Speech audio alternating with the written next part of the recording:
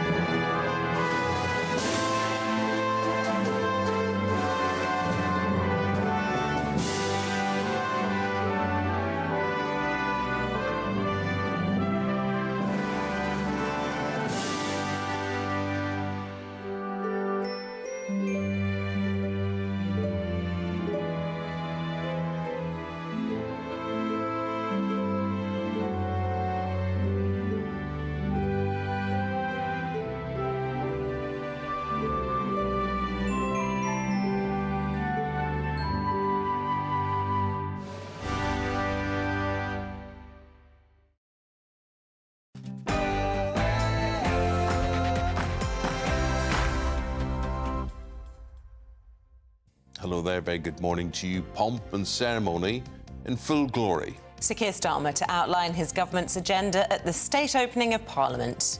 Well, using the King's speech today to take the brakes off Britain, as he puts it. Friends and foes of Donald Trump have endorsed him overnight at the Republican National Convention. As the former Prime Minister Boris Johnson pays him a visit and urges him not to forget Ukraine. Dame Priti Patel looks set to stand for the Conservative leadership as she builds a coalition to unite the party. At 7 o'clock this morning, inflation figures. Economists predict if they could fall below Bank of England targets for the first time in 3 years. How will that impact you? Amnesty International brands France shameful for refusing to overturn a hijab ban for the upcoming Olympics. We're debating whether France is right to keep head coverings banned in sports. And the runners and riders lining up to take over from Gareth Southgate. But who do we want and who actually wants the job? The Lionesses have qualified for next year's Euros. Just about. And on the eve of the Open, Tiger Woods says what he thinks of Colin Montgomery, suggesting that he retires gracefully. It's going to feel a bit more like summer as we go through the rest of this week, with temperatures rising. I'll have more details coming up. Hello there. 1.5 minutes past 6 o'clock on this Wednesday morning. A very good morning to you. I'm Eamonn Holmes. I'm Isabel Webster, and this is GB News Breakfast.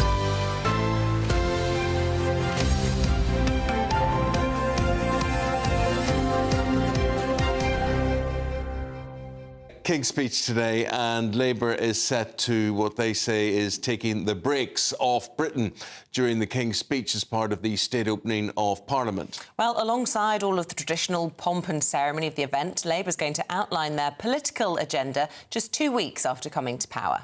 35 bills are expected to be unveiled, which will see King Charles reading out the list from the House of Parliament. Well, very soon we'll be hoping to speak to the former mayor of Middlesbrough and a political commentator about all of this and get his views on what will prove to be, I think, an interesting day. It will sort of set the tone for the next couple of years in Parliament. And obviously we're not that far from the summer holidays, so there's sort of quick election, quick King's speech, and there'll probably be parliamentary recess while everybody sort of catches their breath before a big autumn statement to the as well. government, they seem to be in a hurry. They know they've got a lot to do. And, you know, even the very first weekend, they worked the Saturday, the Sunday, despite all those stories we were getting that Starmer wanted his weekends off. But they've got a lot to do, and they're getting down to it. The former mayor of Middlesbrough and political commentator Andy Preston is available now. Andy, would you agree with that? They're in a hurry. They have things to do. No time to waste. Yes, absolutely, Eamon. Deliver has been used before, and it's really true. And Tony Blair, of course, explained that you have to get the difficult stuff done first. But you know what? I expect to see this to be dull, steady, non-controversial. Labour don't need to give any detail out today. So I think it's going to be like their campaign, steady, dull, lacking in any detail. Lacking any surprises then as well? I think that the only controversy that we're likely to see emerge today and in the coming days and weeks is all about the two-child benefit cap. This is going to really bite Labour. What's really interesting, quite rightly, they've said that they can't afford to do it, but there's a huge pressure from the left of the party, from the Lib Dems and from others to bring this in. The way I think they'll play it, sorry to interrupt you, the way I think they'll play it, rather than saying that they will change their minds and scrap it, I think they'll make noises saying that when they can afford it in the next few years. Sorry, please go ahead. Well, no, I was just going to say it's already causing problems, isn't it? And people like Angela Rayner being asked yesterday about it, and she said she feels very uncomfortable, but she's confident that they will scrap it before she's out of office. So that was a commitment of some sort from her, if not going to be in the King's speech. What seems to be garnering lots of headlines this morning on at least two of the papers is this focus on, I guess, what you would call supply-side reforms, trying to get growth through house building. And lots of concerns, I suppose, are going to be raised by people who will feel as though their power to object to things are going to be taken away under Labour. If you live near Greenbelt, you might be rightly quite concerned from today, mightn't you? Absolutely. And if your priority in your domestic life is to keep looking out over green fields, I think there's bad news coming. I think the housing is coming, but it will take much longer than Labour expect. These things take forever. Even if you have the legal power, you know, building houses is so controversial that politicians, they always run scared, especially the locals. And what I think we'll see over the coming years, not the next few weeks, the coming years, we're going to see new Labour MPs and new Lib Dem MPs who've got in on the back of frustration about house building and expansion of their towns. We're going to see a rebellion underneath them in the electorate, which causes them to get on board and rebel against the government. So the house building is going to be a major issue for Labour, but not today, probably in the next 18, 24 months. Andy used to run Middlesbrough, former mayor of Middlesbrough, and forgive me for not knowing this, but yesterday, of course, the announcement was made about more devolution to local areas, giving them more independence, more power. I'm not sure how much power Middlesbrough has, but my question to you is, how much power would you want to have? I think, you know what, Eamonn, if you ask local councils, local people, they will say, give us more and more and more power.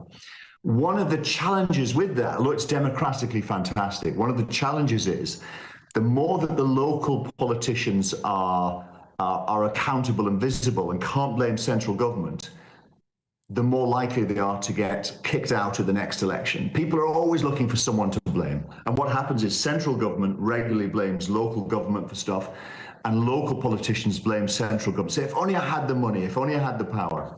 Once they've got the power, I think that they will attract frustration, anger, and get voted out. So I think you've got to be very careful what you wish for. But interestingly, despite successes in economic growth in Manchester, Liverpool and places, it's not clear that that's come about because of devolution of power. Whether devolution leads to increased economic growth is very much a topic of discussion and certainly isn't clear. So while it's popular with central government because they're passing on responsibility for difficult things, difficult decisions to a local level, it's not clear it actually benefits local areas economically. Speaking of the economy, we've got inflation figures coming out this morning which are likely to be positive. And obviously we had the IMF forecasts yesterday which were hugely favourable, and they were predicting that growth was going to more than double next year and that our economy is going to grow faster than the likes of Germany and I think Germany and France. So that's got to be really pleasing for the government. They can't claim any sort of reason for that other than they just inherited it, but it will help them, won't it? It will massively help them. I mean, both Labour and the Tories, their election pledges, their promises on spending were premised on economic growth that is somewhat beyond their control in the medium term, certainly in the short term. So Labour are very lucky, very fortunate. It's going to be great for them and great for the country. And it's going to make all of the things they want to do more possible. What's interesting, I saw a poll yesterday on Twitter, and it was talking about the economic growth picking up. And the question was, do you think this is because we've got a new Labour government? And over half of the people said yes. So when there's economic growth, the government in power usually gets the credit. So this is great news for Keir Starmer, Angela Rayner and the whole Labour Party. King's speech from 11 today. I think the King makes that speech about 11:30. Andy, we've got to leave it there. Thank you very much indeed. Appreciate talking to you. Bye. Thank you. We cross over the pond now to Milwaukee, where day 2 of the Republican Party National Convention is getting underway. Now, overnight, the Republicans have lined up to endorse Donald Trump, including former foes. This was a surprise here. South Carolina Governor Nikki Haley, this is what she had to say. Donald Trump has my strong endorsement, period. You don't have to agree with Trump 100% of the time to vote for him. I haven't always agreed with President Trump. But we agree more often than we disagree. Well, she dropped out of the leadership race there, and as she was saying there, she was no fan of Donald Trump before, but is uniting for the sake of the party. Well, on the sidelines of the convention, the former Prime Minister Boris Johnson popped up and the two blondes met. There they are, thumbs up, with Donald Trump sporting, of course, his bandage on his ear there, but looking resolutely strong and happy. Well, in the photo posted on social media, Mr Johnson revealed that the pair discussed Ukraine, saying that he's in no doubt Trump would be strong and decisive in supporting that country. US political analyst Eric Ham. We say hello, good morning to him now. Eric, what's your take on what's happening at the convention? Well, I think what we're seeing here is a party and a group of people who are quickly unifying behind their nominee, Donald Trump. And it looks like this is going to be a party that is going to be unified and together as it heads into these last 3.5 months of this campaign, which is soon becoming a sprint rather than a marathon. And what we're seeing right now is a party that's unifying versus a party that's splintering. What do you make of J.D. Vance? Many of us becoming acquainted with him for the first time, although I believe his book is also even on TV. You can watch Hillbilly Elegies on Netflix as a film that's been made of it as well. But this is a man who's all about detail. Perhaps that would be hugely complimentary to Trump, who's more sort of broad picture, but, you know, not necessarily one to focus in on the minutiae. But those concerns about Ukraine, those comments he made about Ukraine, and then we hear Boris Johnson saying he has no doubt that Trump will support the country. Who are we to believe? Well, I think J.D. Vance he's obviously a political novice, having only been in office for less than 2 years. He's a political lightweight. I don't think, as many people suggest, that he perhaps is a legacy to Donald Trump or MAGA. And I do believe that given his baggage, particularly on issues of women's reproductive health and abortion, I think he's going to be a lightning rod for the Democratic Party with much fodder that they can use both against him as well as the party on their signature issue of abortion that Republicans, or Democrats, I should say, have been very successful at. This awful shooting incident at the weekend, the assassination attempt.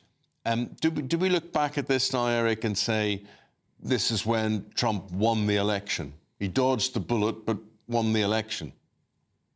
No, not at all. Because we know in the United States, Donald Trump has been someone who has created a culture of violence and polarization. And so Donald Trump himself is ground zero with his mocking of the attack on the former speaker's husband, for calling for violence against demonstrators and protesters. And of course, we know what took place on January 6th. And so what we're seeing here is now this violence, this polarization that has been one of the key characteristics of MAGA is now coming full circle. And also, too, Donald Trump being the polarizing figure that he is, I don't think we're going to see it endear him to many voters. I think what we're seeing here is because the polarization in the United States is so stark. I think what you're seeing is people simply moving into their respective camps. And again, as the polls continue to show, this is still a toss-up race with more than 3 months to go. Now, that's interesting because there's been so much commentary saying that this has won the election for him. But I suppose that's based on the idea that there are these people who are wavering or wobbling Trump supporters, but they don't really exist, do they, Eric? You're either in camp Trump or not. You don't think that those people who weren't sure about him are now going to vote for him as a result of what happened at the weekend? I think there are people who simply who don't like either of these candidates, but who know who both of them are. And I don't think the attempted assassination is going to create sympathy for Donald Trump. What it does is create empathy, because as we know, in the United States, the issue of guns and mass shootings has been something that has been an epidemic in this nation. So there are many people who can certainly empathize with Donald Trump, but that doesn't mean that's going to move them to actually vote for him. What about empathy for Joe Biden? How has he come through this whole incident? Sometimes, you know, people do worry about him stringing sentences together. He seemed very together in the aftermath of what happened to Donald Trump. What's your take, and how's he faring?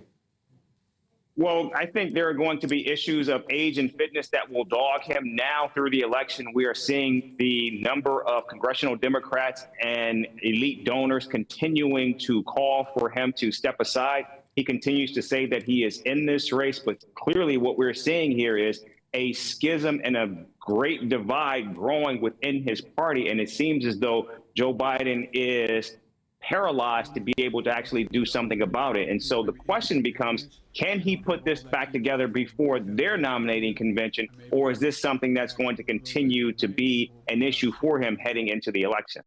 It's so interesting to us over here because, of course, we've seen prime ministers forced out of office as, you know, they've lost the confidence of their cabinet. And that just isn't an option over in the States with the president, is it? And that seems quite alarming to us. What of these reports? I mean, we've seen the celebrities like Michael Douglas and George Clooney pulling their support. But what about the rumours that Nancy Pelosi, of course, an incredibly powerful Democrat, and Barack Obama, who he was vice president for when he won 2 terms as president, are behind the scenes trying quietly to persuade Biden to step aside? Have you heard those rumours?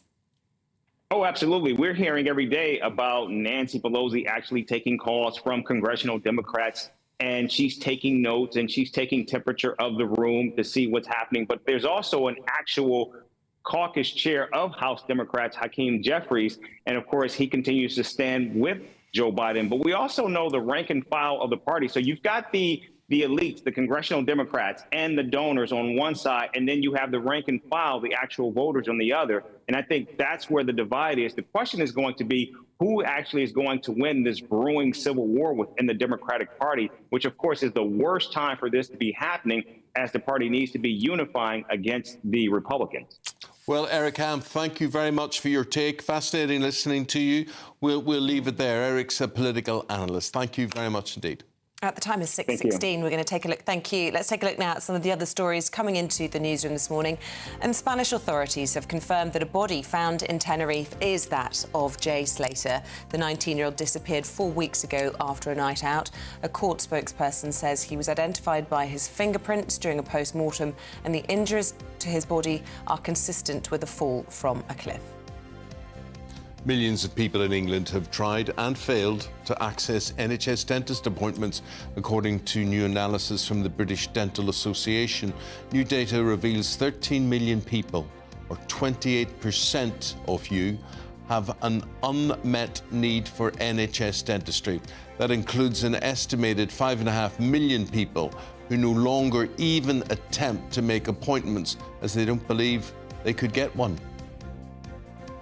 A backflip from the Welsh Labour government as they're set to scrap their blanket 20-mile-an-hour speed limits just a year after they were introduced. Ken Skates, the Welsh Transport Minister, admitted errors have been made with the scheme, which is set to be reverted in September.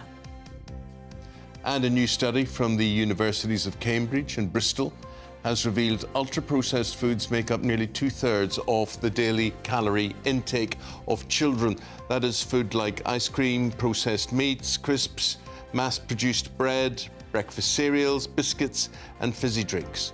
These foods have been linked to poor health through an increased risk of obesity and heart disease.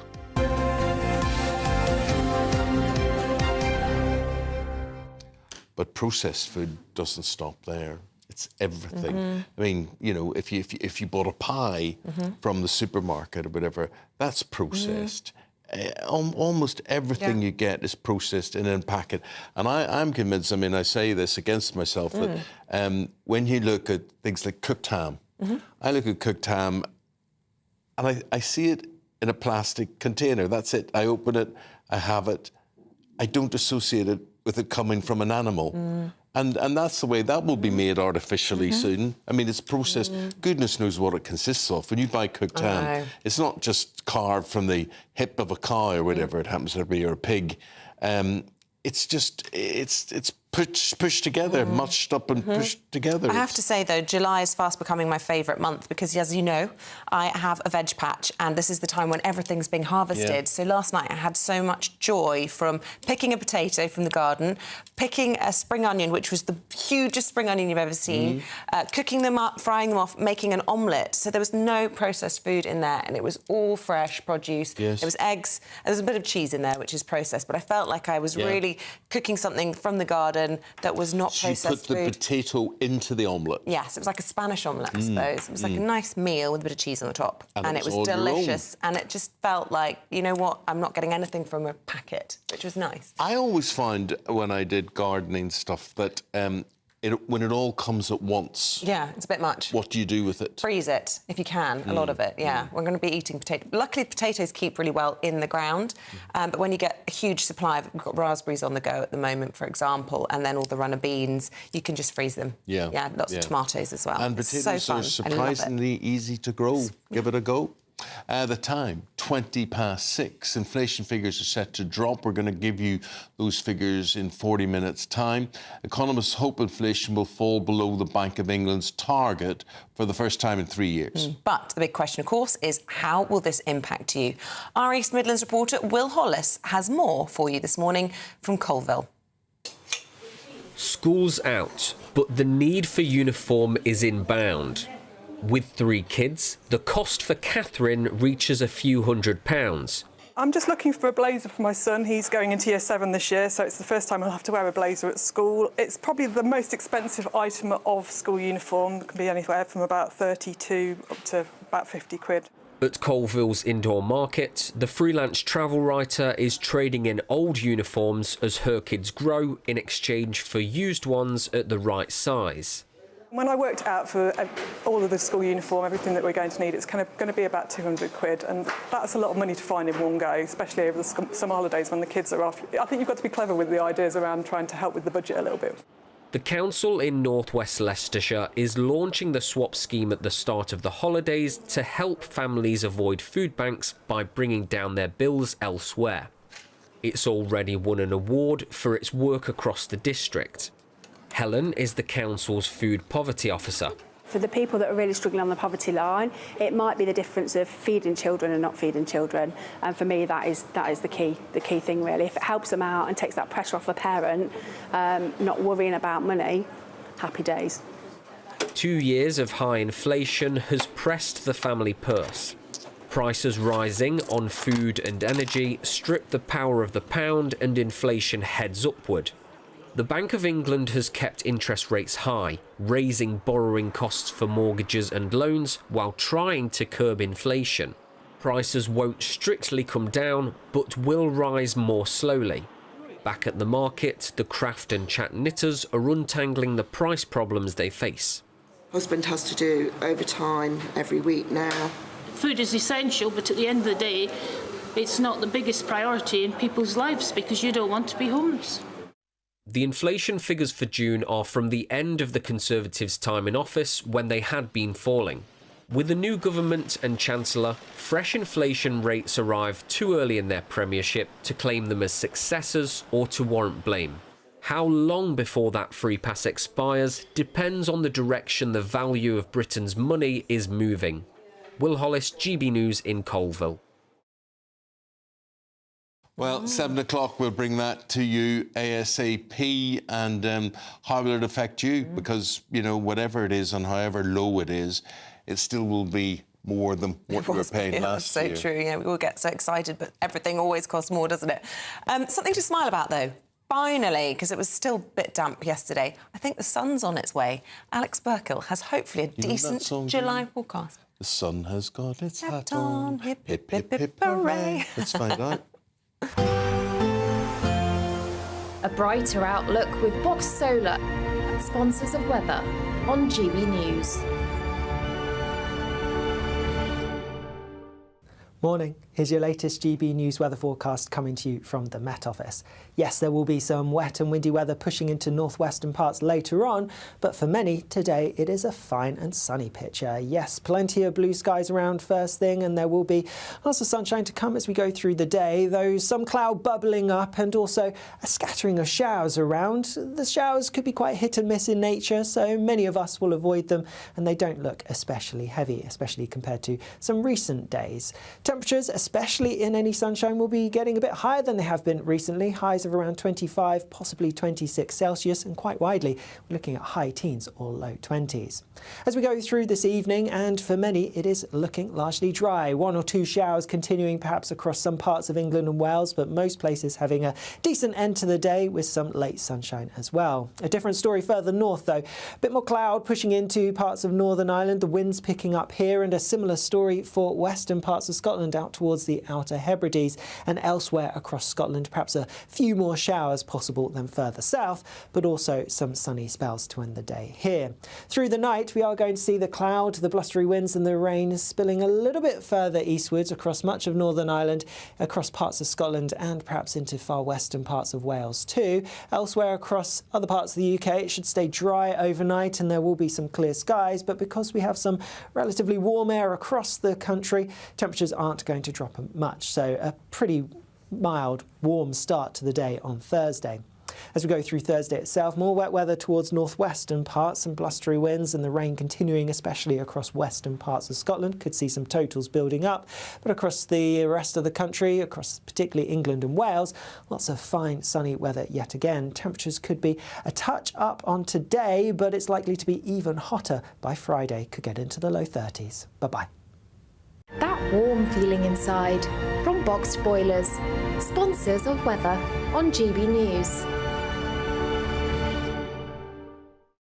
Very good time to dangle before you 30,000 quid, right? From us to you. Yeah, what would you spend it on? That'd be nice.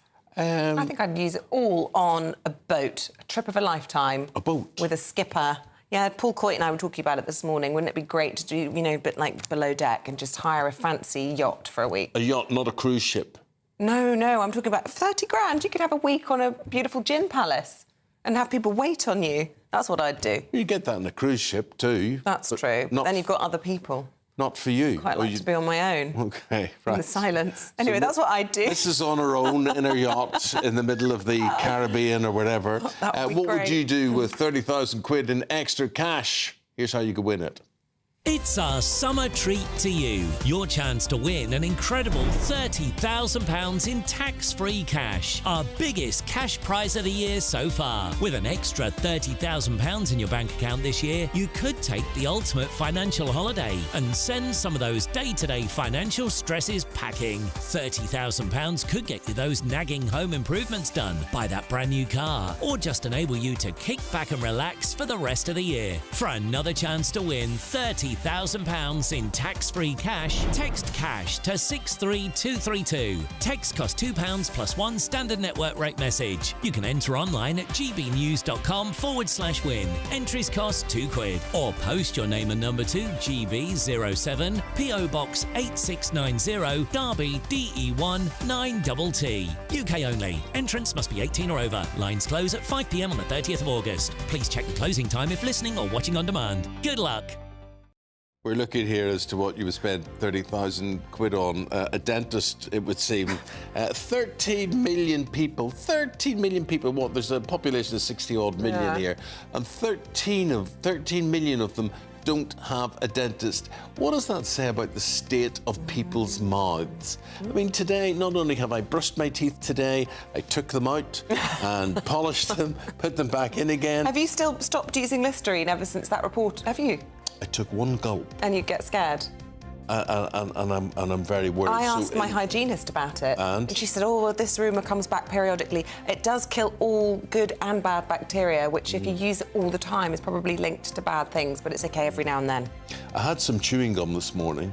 Yeah, so you've done all your oral hygiene. Did you floss? No. Yeah, you've got to floss every day, twice a day. I haven't either. Have a look at it. No, I'm all right. It smells you missed beautiful. A bit. It smells beautiful, but yeah, there's a little bit of what do you flossing mean? you got to... Right, Paul Coit, he misses nothing. He's here with the sport, what's happening. He'll tell you right after this. Don't go away.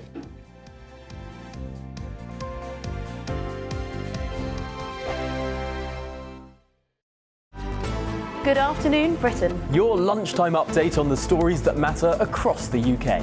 From breaking news and insightful analysis, inspiring stories and lively debates. You're comparing yourself to a former Prime Minister. Which is it? Stay informed, stay updated, stay entertained. I just don't know how anyone would not want to be there. Every weekday from midday. We are Good Afternoon Britain, only on GB News. Britain's news channel.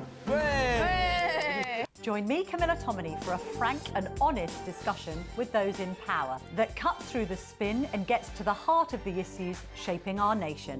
You haven't confirmed that you want to stand as leader, but you haven't ruled it out either. This report basically says that he's not fit to stand trial. Is he indecisive? Incompetent? I deliver the dose of reality Westminster needs. That's the Camilla Tominey Show at 9:30 every Sunday on GB News, the People's Channel, Britain's news channel. Patrick Christie's Tonight, weekdays from 9 p.m. Should Prince Harry have accepted an award named after a US war hero at a glitzy ceremony last night? People begged him not to, but he did it anyway. It's time for tonight's head-to-head. Well, Prince Harry paid tribute to the eternal bond between mother and son as he appeared alongside his wife, Meghan Markle, at the glitzy ESPY Awards, dubbed the Sporting Oscars last night. The Duke accepted the Pat Tillman Award, named after a US war hero, for his Invictus Games work. But Harry's decision to accept the award was shrouded in controversy after more than 76,000 people signed a petition demanding he reverse his decision. Well, speaking last night, Harry paid tribute to Pat Tillman's mother, Mary. But that comes after Mary Tillman slammed his decision to give Prince Harry the gong, saying, "I am shocked as to why they would select such a controversial and divisive individual to receive the award. There are recipients that are far more fitting. These individuals do not have the money, resources, connections or privilege that Prince Harry has." So tonight I'm asking, should Harry have actually accepted the award? Let me know your thoughts. Go to gbnews.com/your say. Tweet me at GBNews and make sure you take part in our poll. But going head-to-head on this now, a former royal butler, Grant Harold, and the journalist and broadcaster, Laurie Turner. Thank you very much. Great to have you both on the show. Laurie, I will start with you. I mean, the mother didn't want Harry to have it, but he did it anyway. What do you think? I just think it's incredibly tone deaf. He seems to have an amazing ability to not read the room. It wasn't like this was a surprise because the opposition to him getting this award had been growing. So he had the chance to say, actually, I hear what you're saying. I'm not going to accept the award. But he didn't. GB News, the People's Channel.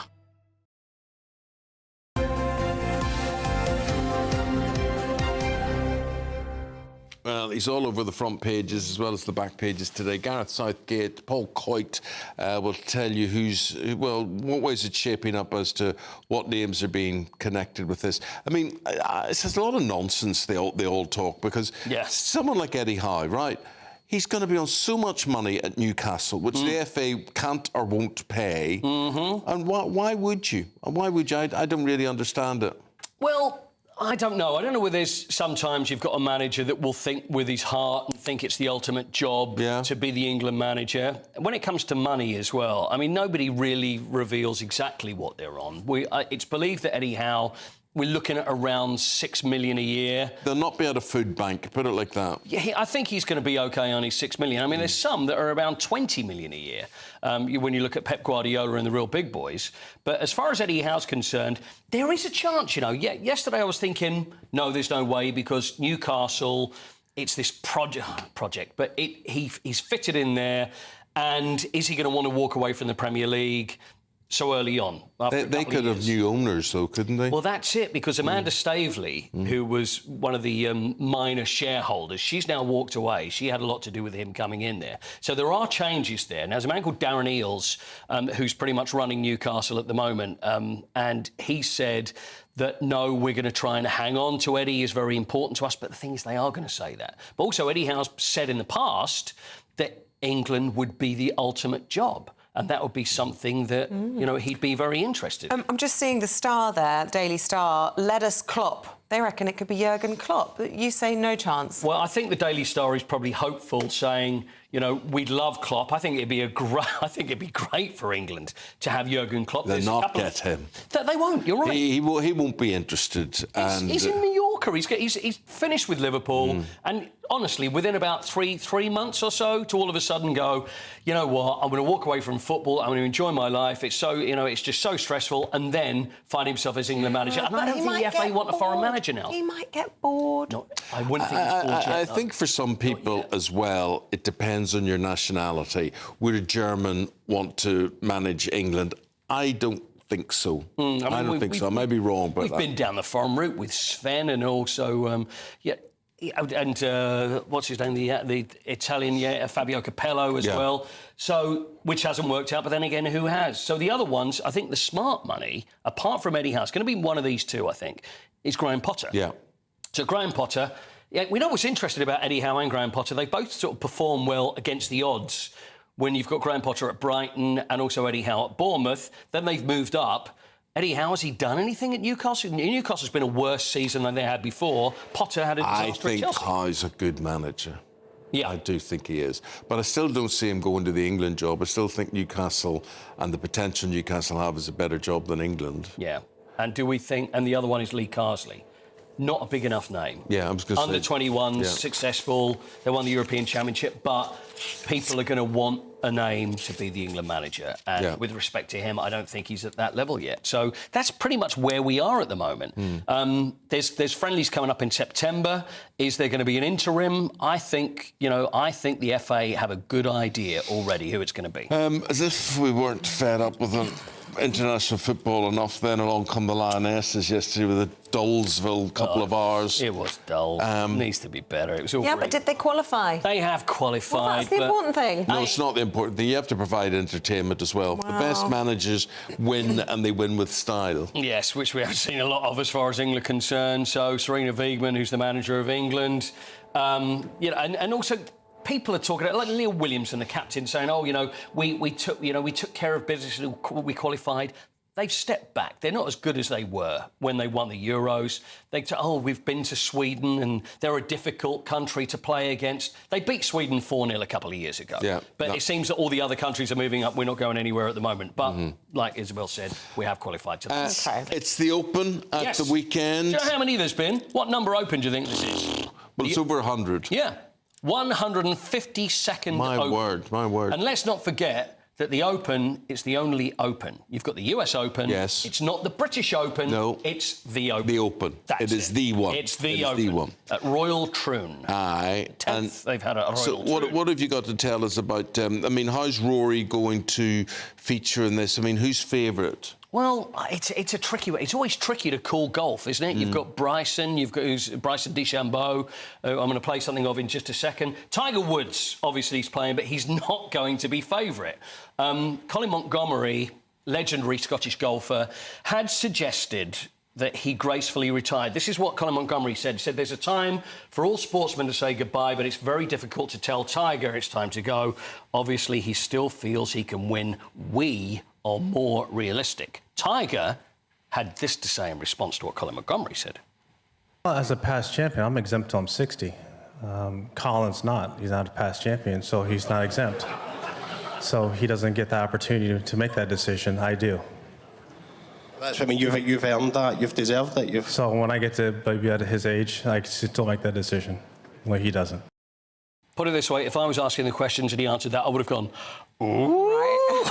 But I don't think you can do that. He's not going to win any other major titles. Yeah. There's no chance he's going to. But he's hanging on, and he wants to play. He still believes he can. So he's not going that'll start tomorrow, won't it? Yes, starts tomorrow morning, 6:35 tomorrow morning. Yeah. Rory did speak, by the way, about Tiger, because Tiger texts after the disaster that Rory had at the US Open when he pretty much capitulated at the end to Bryson DeChambeau. Everybody was texting him, but he changed his number. So Tiger sent him a message, and here's Rory talking about Tiger. Disclosure, I changed my number 2 days after the US Open, so I didn't get it until he told me about it today. So I was like, oh, thanks very much. So I blanked Tiger Woods, which was probably not a great thing, but Tiger's been nothing but incredible to me over the course of my career. In the good moments and in the bad. You know, he sent me an incredible message after St Andrews in 2022. And he's, you know, I met Tiger when I was 15 years old, and you know, I've built up a great relationship with him, his whole family. He then goes on to say what an influence you've been on his career.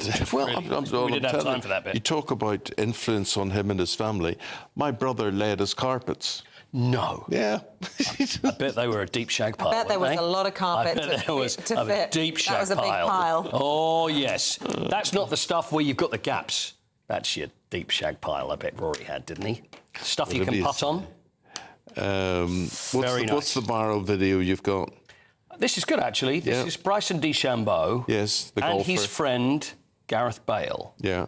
So Gareth, who's an extremely good golfer. Who apparently could have been a pro. Is that right? Yeah, he's unbelievable. Oh, right. He's unbelievable. Really good. Have a look at this. Good. Bryson and Gareth together. There we are. There's Bryson. A few little tricks there with the golf club. Throw it over to Gareth. Look at... Well, you expect that sort of skill from Gareth Bale. But with a golf ball, is he? I mean, Any look ball. at that. Oh, look at that. I want to see him with a, whatever you call it, iron. Yeah, he'd do that. He'd be able to keep that up as well. He's unbelievable. So there we are. So I think... going to be a very exciting Open. We love the Open. Gets underway tomorrow, 6:35. And obviously, if you're a golfer, you've always got to get up very early. Oh, it's 6:35 in the morning? 6:35 in the morning, first tee off. For Norman Baker, Paul in London, next with the papers.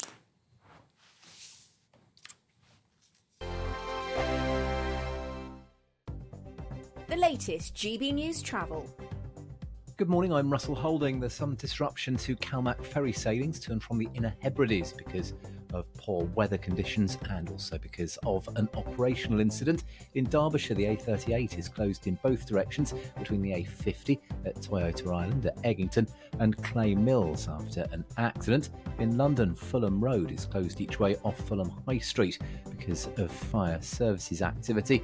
Landridge Road is also closed. On the M26 in Kent, there are westbound delays on the approach to the M25 again this morning because of roadworks. In Surrey, there are various sections of the A24 closed around Dorking and Leatherhead again today after a diesel spill last week. And in East Sussex, the A259 is closed along Old London Road in Hastings because of an oil spill. And that's the latest. You can stay up to date throughout the day by visiting our website, gbnews.com. If you want your news to be straight talking... This is a nightmare for the Conservatives again. Down to earth. It's not just Nottingham where this is happening, is it? And most importantly, honest. Hard-working, middle-class taxpayers, they'll get their book thrown at them. Then catch me, Martin Daubney, Monday to Friday, 3 till 6 p.m. on GB News, Britain's news channel. Join me, Nana Akwe, for an informative, interactive news programme with a difference. It's fun. It's true. You're not wrong. No one will be cancelled. Lovely. Join me from 3 p.m. every weekend, only on GB News, Britain's news channel. Join me, Neil Oliver, every Sunday night at 6 p.m. on GB News. And if an hour is not nearly enough for you, go to gbnews.com for special extended episodes online every Friday at 9 p.m, where we can truly get into the nitty-gritty of what's going on. GB News, Britain's news channel. I'm Patrick Christie's. Every weeknight from 9, I bring you 2 hours of unmissable, explosive debate and headline-grabbing interviews. What impact has that had? We got death threats and the bomb threat and so on. As time passes, She could have said Stump. you made my argument for me. My guests and I tackle the issues that really matter with a sharp take on every story. Went everywhere. Something practical could be done. Or I can become something different. Patrick Christie's tonight from 9 p.m. only on GB News, Britain's news channel. Tune in to Friday Night Live with me, Mark Dolan. GB News royalty with your perfect start to the weekend. Lucky us. Feisty and fearless guests. Well, I'm a normal person, so ask me. Honest opinions that raises more questions than a Gary Barlow tax return. And a few surprises along the way. Might be cold in this studio. That is Friday Night Live with me, Mark Dolan. 8 to 9 only on GB News, the People's Channel. Britain's news channel.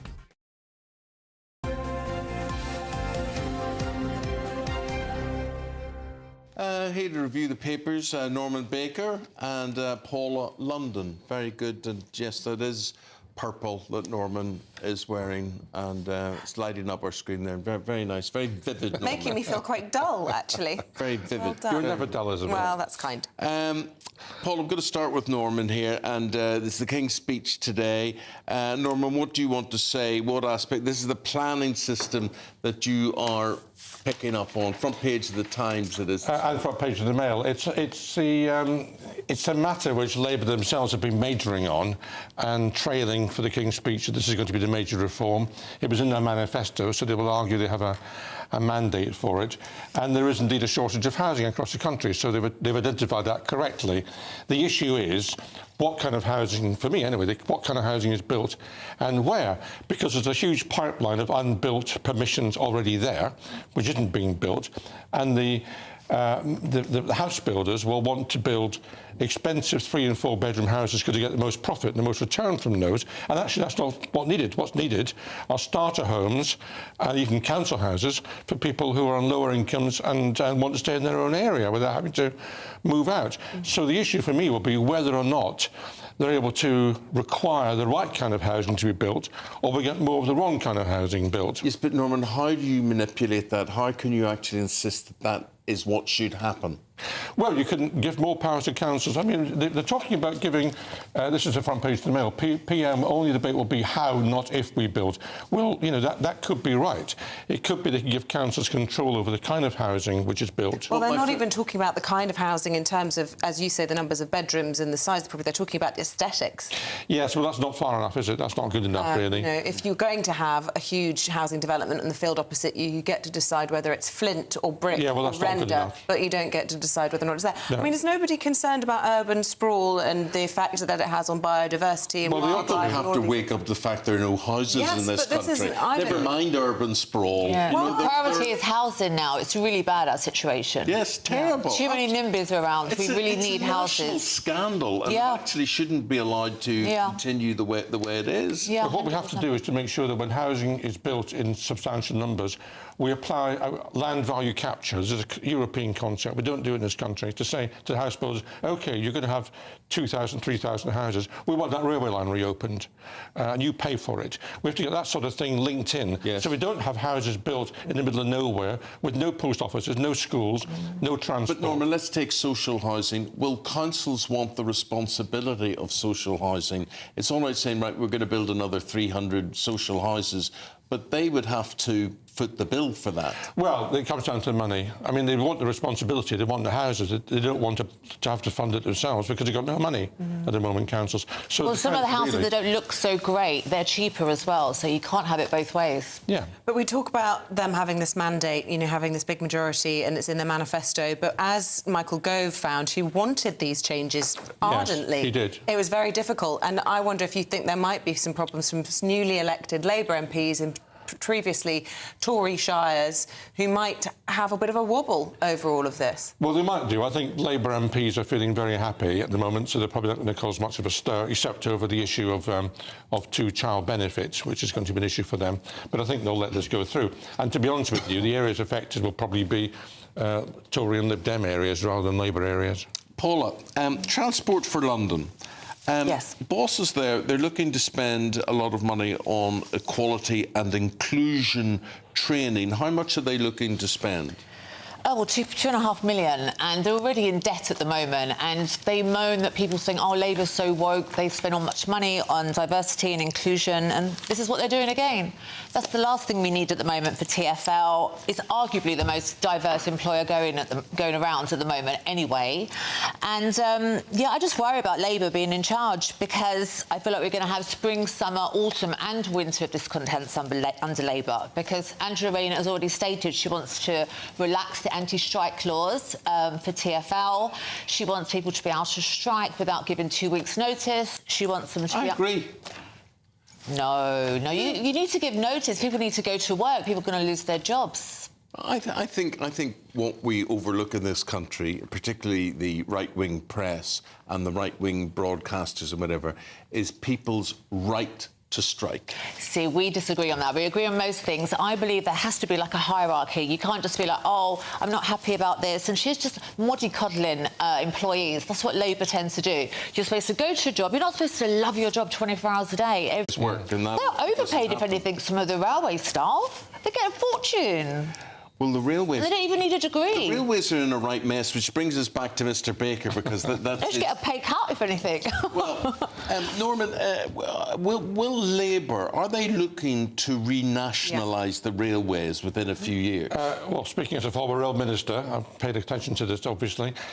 Renationalisation is a misleading word. The railways are already renationalised. They're run by the government now. Network Rail, all these bits of the railway are nationalised. The train companies are under contract after COVID to do what the Department for Transport says.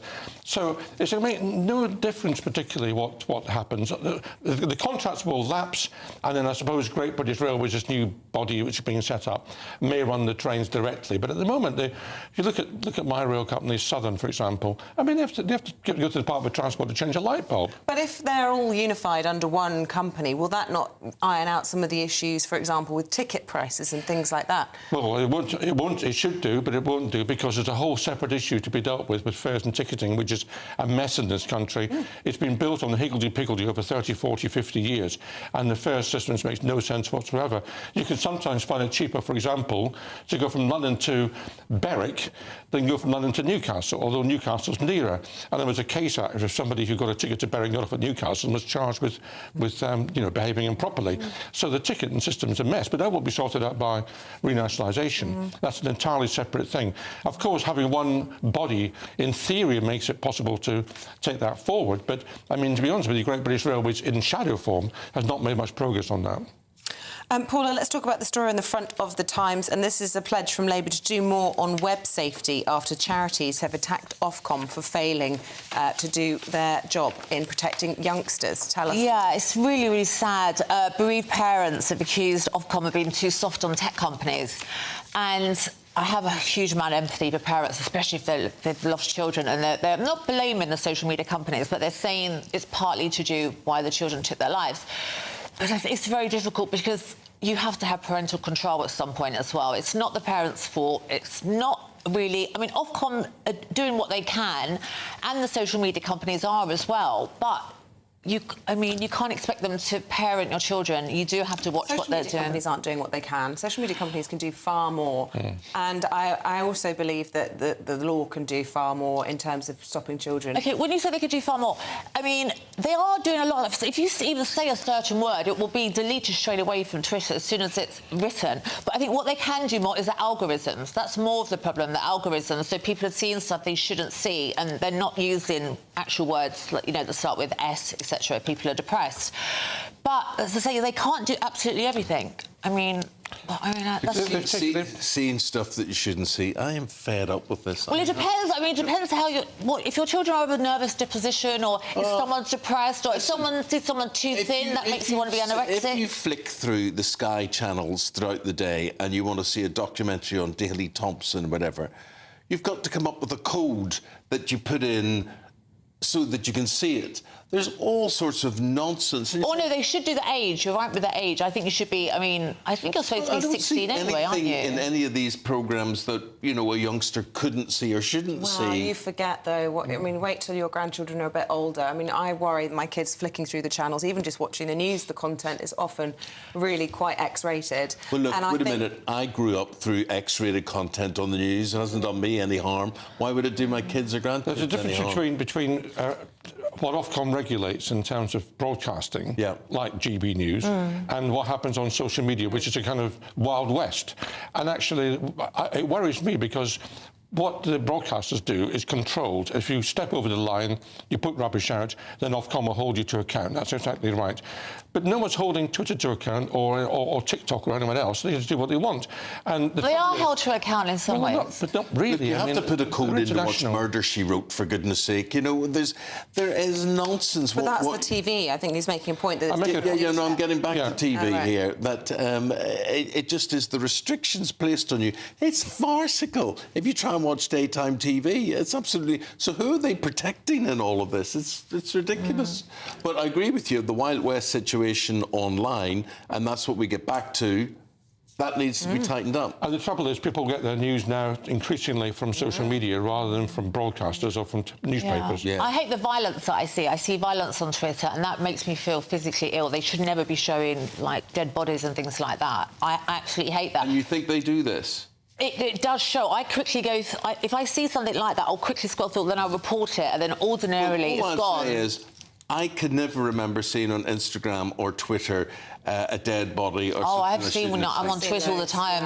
And I hate that so much. I don't know why, but that upsets me, but it's not going to really affect my mental health. But I don't know what children are seeing so much, because I've never... For me, that's the worst thing I could see. But if I was depressed and I was maybe, like, typing in depression help and then stuff was coming up for, you know, the S word, that would be awful. Well, so I want to warn people in advance to have a code ready, for these two will be back in 40 minutes' time. For the moment, thank you both very much indeed. And we say good morning to Alex Burkle with the weather.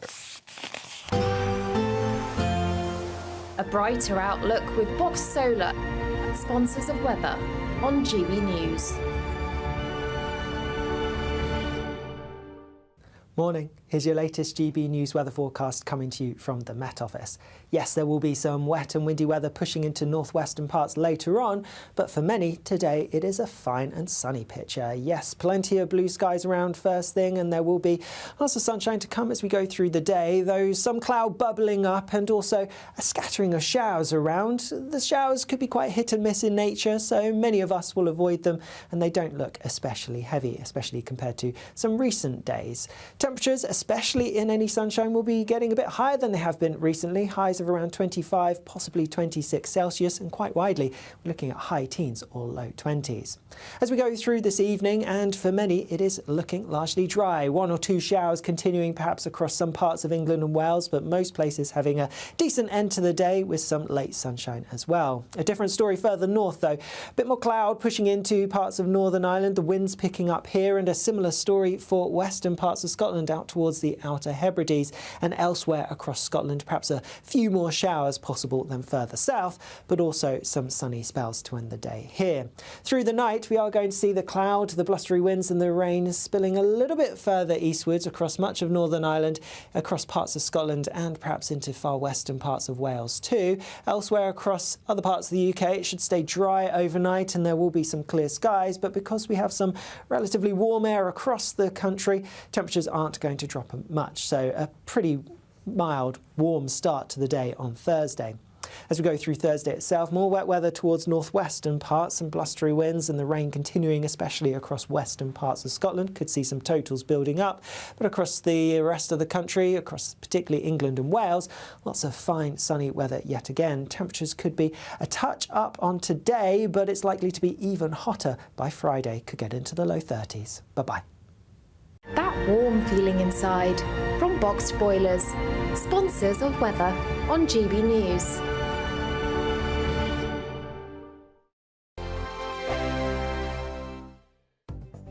The latest GB News travel. Good morning, I'm Russell Holding. There's disruption to some Calmac ferry sailings to and from the Inner Hebrides this morning because of poor weather conditions and an operational incident. In Derbyshire, the A38 is closed in both directions between the A50 at Toyota Island at Eggington and Clay Mills after an accident. There are queues each way towards there. In London, Abingdon Street is closed off Parliament Square for the state opening of Parliament. Birdcage Walk is also closed. There are long delays on the M26 in Kent approaching the M25 because of roadworks. It's taking nearly half an hour in the queues. In Surrey, various sections of the A24 around Dorking and Leatherhead remain closed after a large diesel spill last week. And in East Sussex, the A259 is closed in both directions along Old London Road in Hastings after an accident and oil spill. And that's the latest. You can stay up to date throughout the day by visiting our website gbnews.com. £30,000 in tax-free cash really could be yours. It's our biggest cash prize of the year so far, and you could be getting that winning call from us to tell you that you're our next Great British Giveaway winner. I can't believe this. Oh my God, this is amazing. That is absolutely fantastic. We're over the moon. I've never won anything like this in my life. Oh, you shocked me. I never won a penny in my life. If I was there, I'd buy you a drink. For another chance to win £30,000 in tax-free cash, text cash to 63232. Text costs £2 plus one standard network rate message. You can enter online at gbnews.com/win. Entries cost £2. Or post your name and number to GB07 PO Box 8690 Derby DE1 9TT. UK only. Entrance must be 18 or over. Lines close at 5 p.m. on the 30th of August. Please check the closing time if listening or watching on demand. Good luck. In the GB Newsroom, we bring you the news as it happens. With our team of dedicated journalists across the UK, GB News brings you accurate reporting of the day's topical agenda. When the news breaks, wherever and whenever it's happening, we'll be there. This is GB News, the People's Channel, Britain's news channel. If you want your news to be straight talking, this is a nightmare for the Conservatives again. Down to earth. It's not just Nottingham where this is happening, is it? And most importantly, honest. Hard-working, middle-class taxpayers, they'll get the book thrown at them. Then catch me, Martin Daubney, Monday to Friday, 3 till 6 p.m. on GB News, Britain's news channel. Every Saturday, 10 till 12, we'll bring you all of the news that you need to know. We'll also remind you that there is so much to smile about. It's my favourite time of the week. I get to relax, enjoy some light-hearted stories, and let Ellie teach me about fashion too. That's Saturday Morning Live, every Saturday, 10 till 12. Only on GB News, Britain's news channel.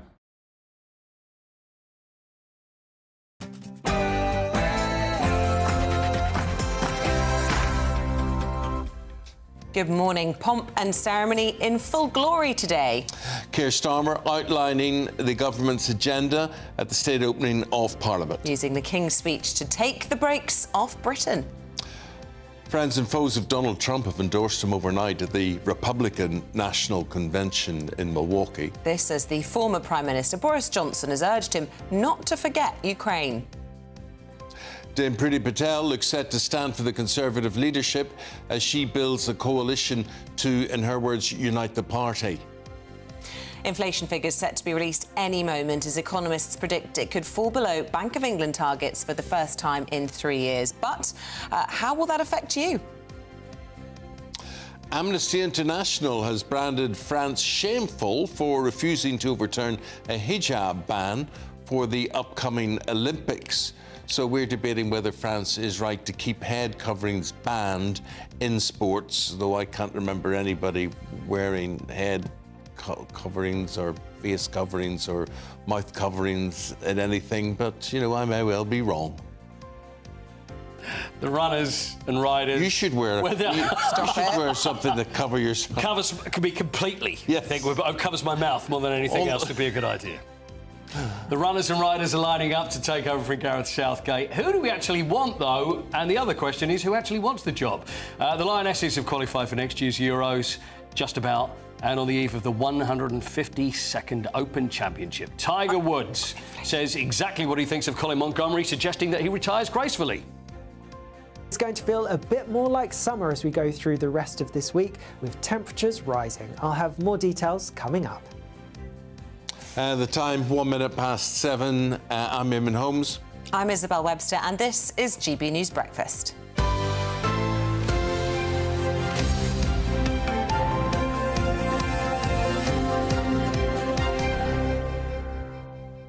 Just hearing in the last few minutes that inflation figures have been released and they remain unchanged for the month of June, which means they remain at 2%. You'll remember that in May they hit the Bank of England's 2% target for the first time in several years. The forecasts were generally that it might be just below 2%, but right there on 2% this morning. We'll have a look at what that means for you a little bit later on, but the breaking news. What it means is everything is 2% more expensive than it was last time.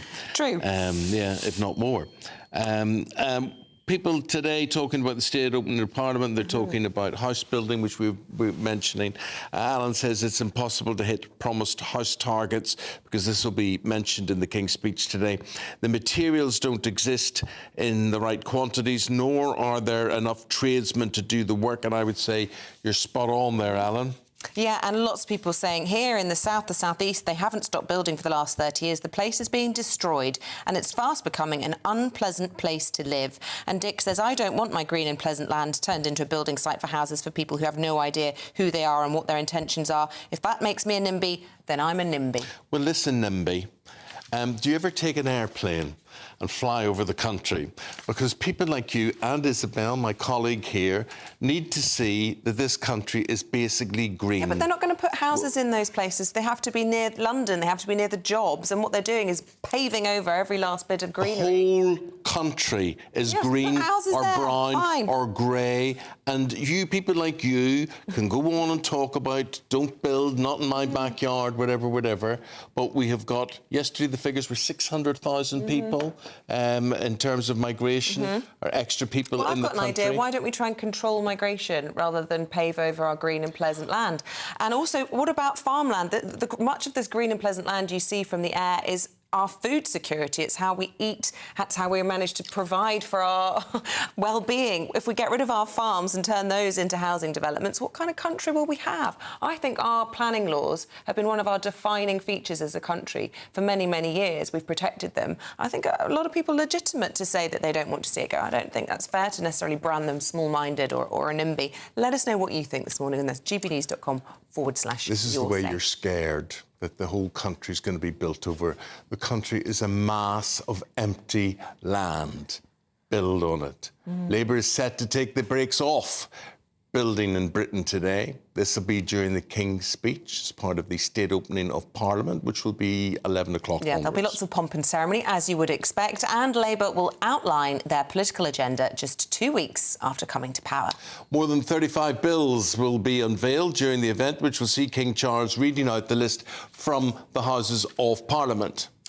Well, let's speak to the former mayor of Middlesbrough and political commentator Andy Preston. Good morning to you. Look, the chances are this will be a fairly steady as she goes King's speech, 35 pieces of legislation. But I suppose the standout, as we've been discussing this morning, is this relaxation of the planning laws.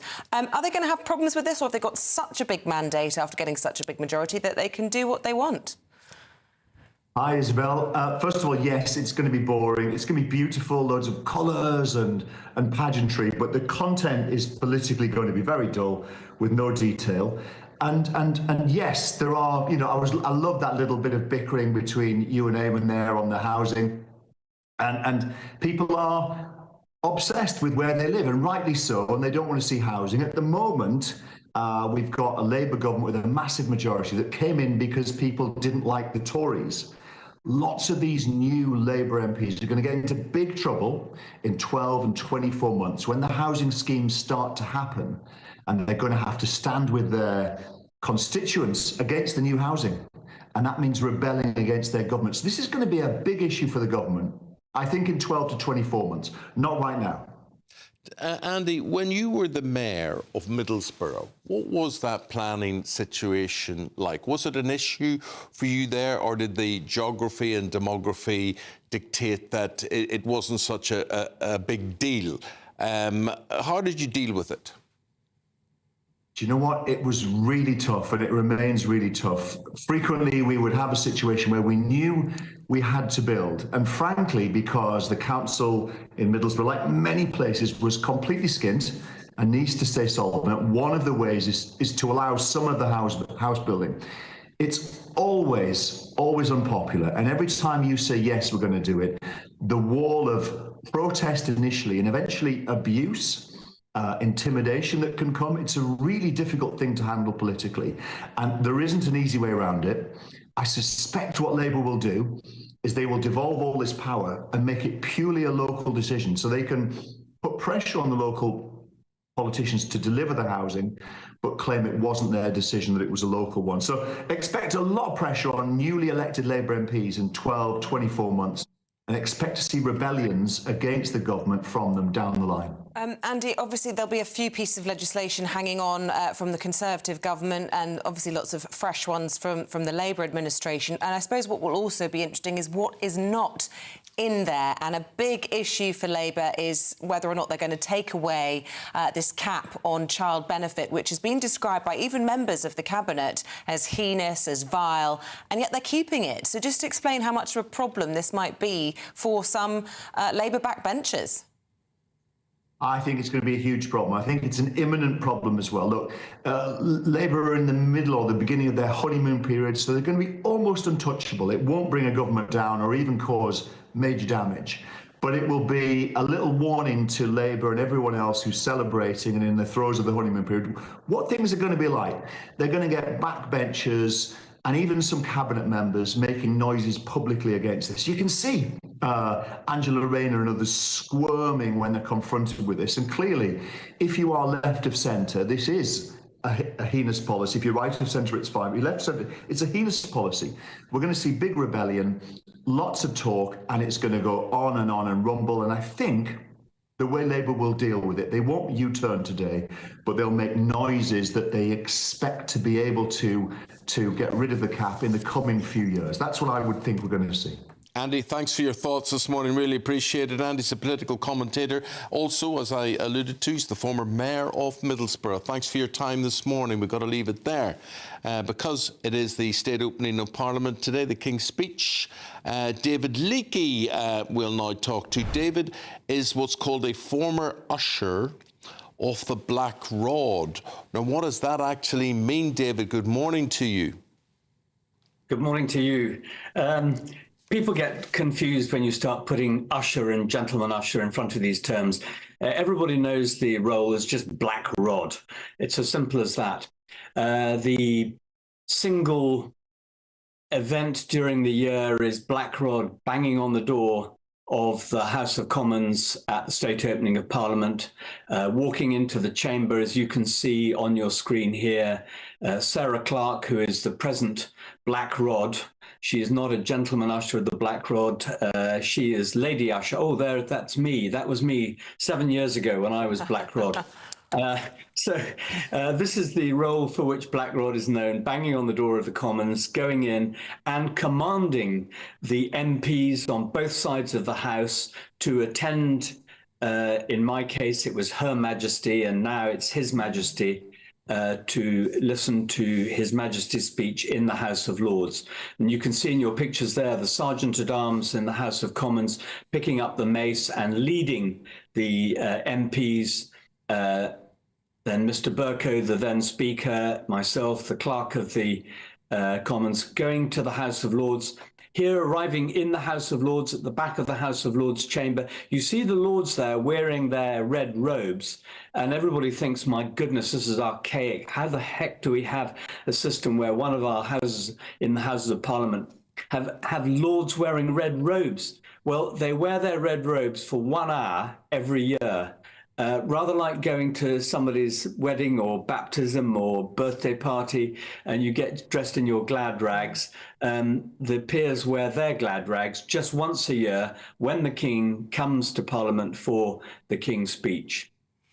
So that's what happens. That's the ceremony of it. Black Rod's role, of course, much more to it than just banging on the door of the House of Commons. And you talked about some people thinking that these rituals are archaic. Do you think that they're safe, or do you think that there is a risk that there will be pressure to reform some of them? And I ask you this just because in the last week we've seen a brand new Labour MP refusing to swear allegiance to the King and his heirs and successors and having to go through the whole thing again yesterday. Says he's a Republican, he doesn't believe in the monarchy. There seems to be a bit of a fight back. He says he really hopes to see a day when these traditions will be reformed. Do you think that there are more people with that opinion than before?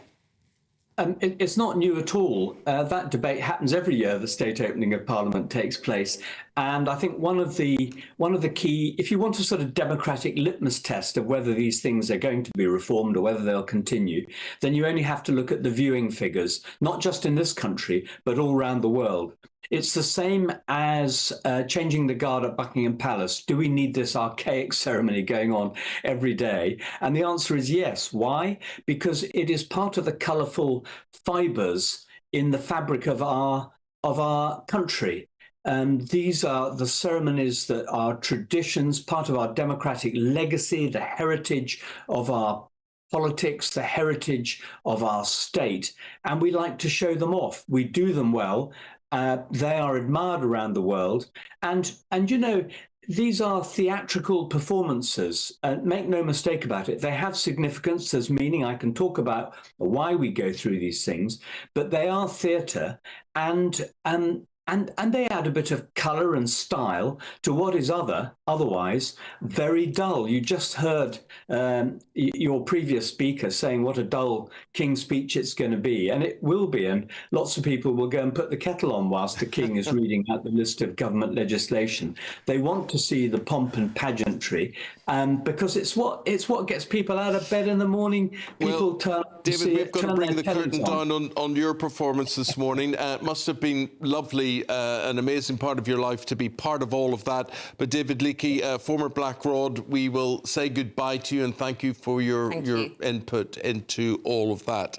Let's go to Jeff Ho now. Jeff is from the Daily and Sunday Express. He's a former business editor there.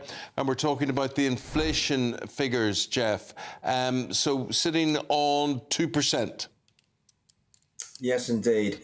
Now, on the one hand, this could be very disappointing for people. Obviously, rising prices is bad, but I would not necessarily panic at the moment. The Bank of England was waiting very carefully for this release and also for tomorrow's employment and wage data to decide whether or not we'll get an interest rate cut at the start of August. I think the odds are still that we'll probably get a rate cut. Now, that's simply because the inflation data this week, today, has probably been skewed a little by the Taylor Swift effect.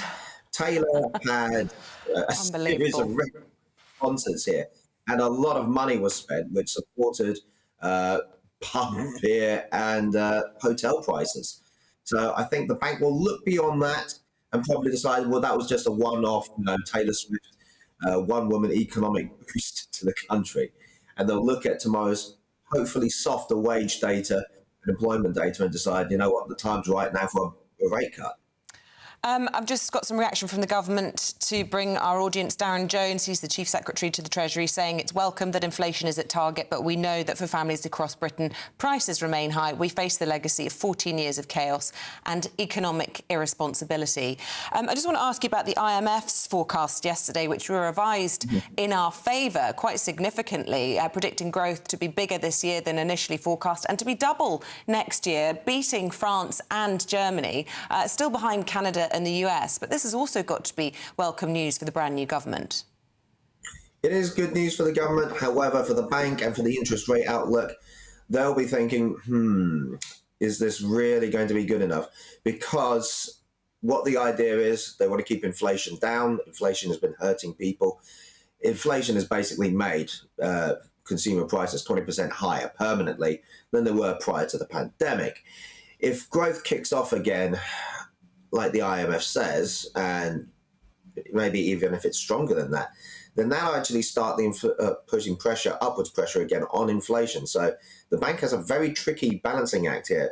What they don't want to do is start cutting rates, only to find that the economy takes off again, and then they'll have to start hiking them again to bring inflation back under control.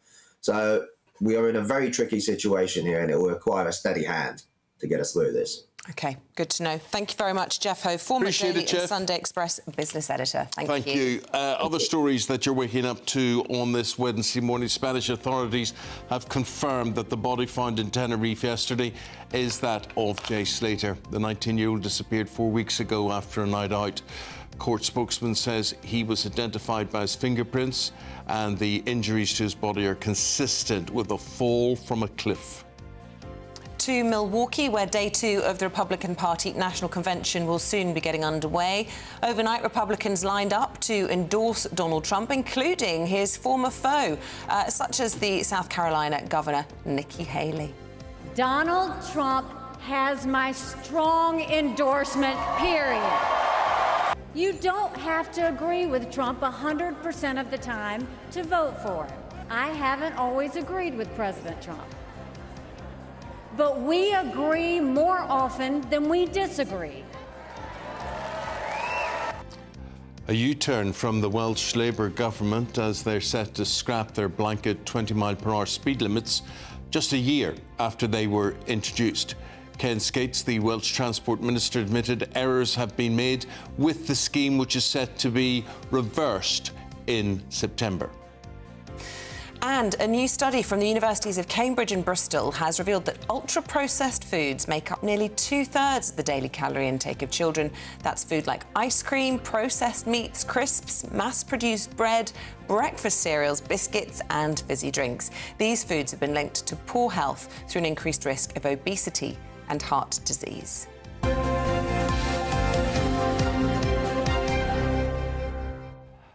Interesting. Your views very welcome on the Welsh speed limit situation, that they're going to reverse that.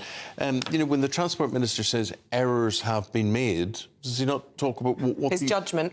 Yeah, I mean, the fact that it was introduced in the first place, 100%. is that an error? I mean, common sense prevails. There's got to be some places where a 20-mile-an-hour speed limit, perhaps for half an hour during school drop-off period, might be advisable. But the idea that you need 20 miles an hour ubiquitously on all roads, even in the middle of the night, plain and obvious nonsense. Yeah. So thank goodness. And why can't you just do that? You're right. Why not from 2:30 to 4 o'clock or whatever it is? This will be a 20-mile-per-hour limit area, and people get to know that and whatever.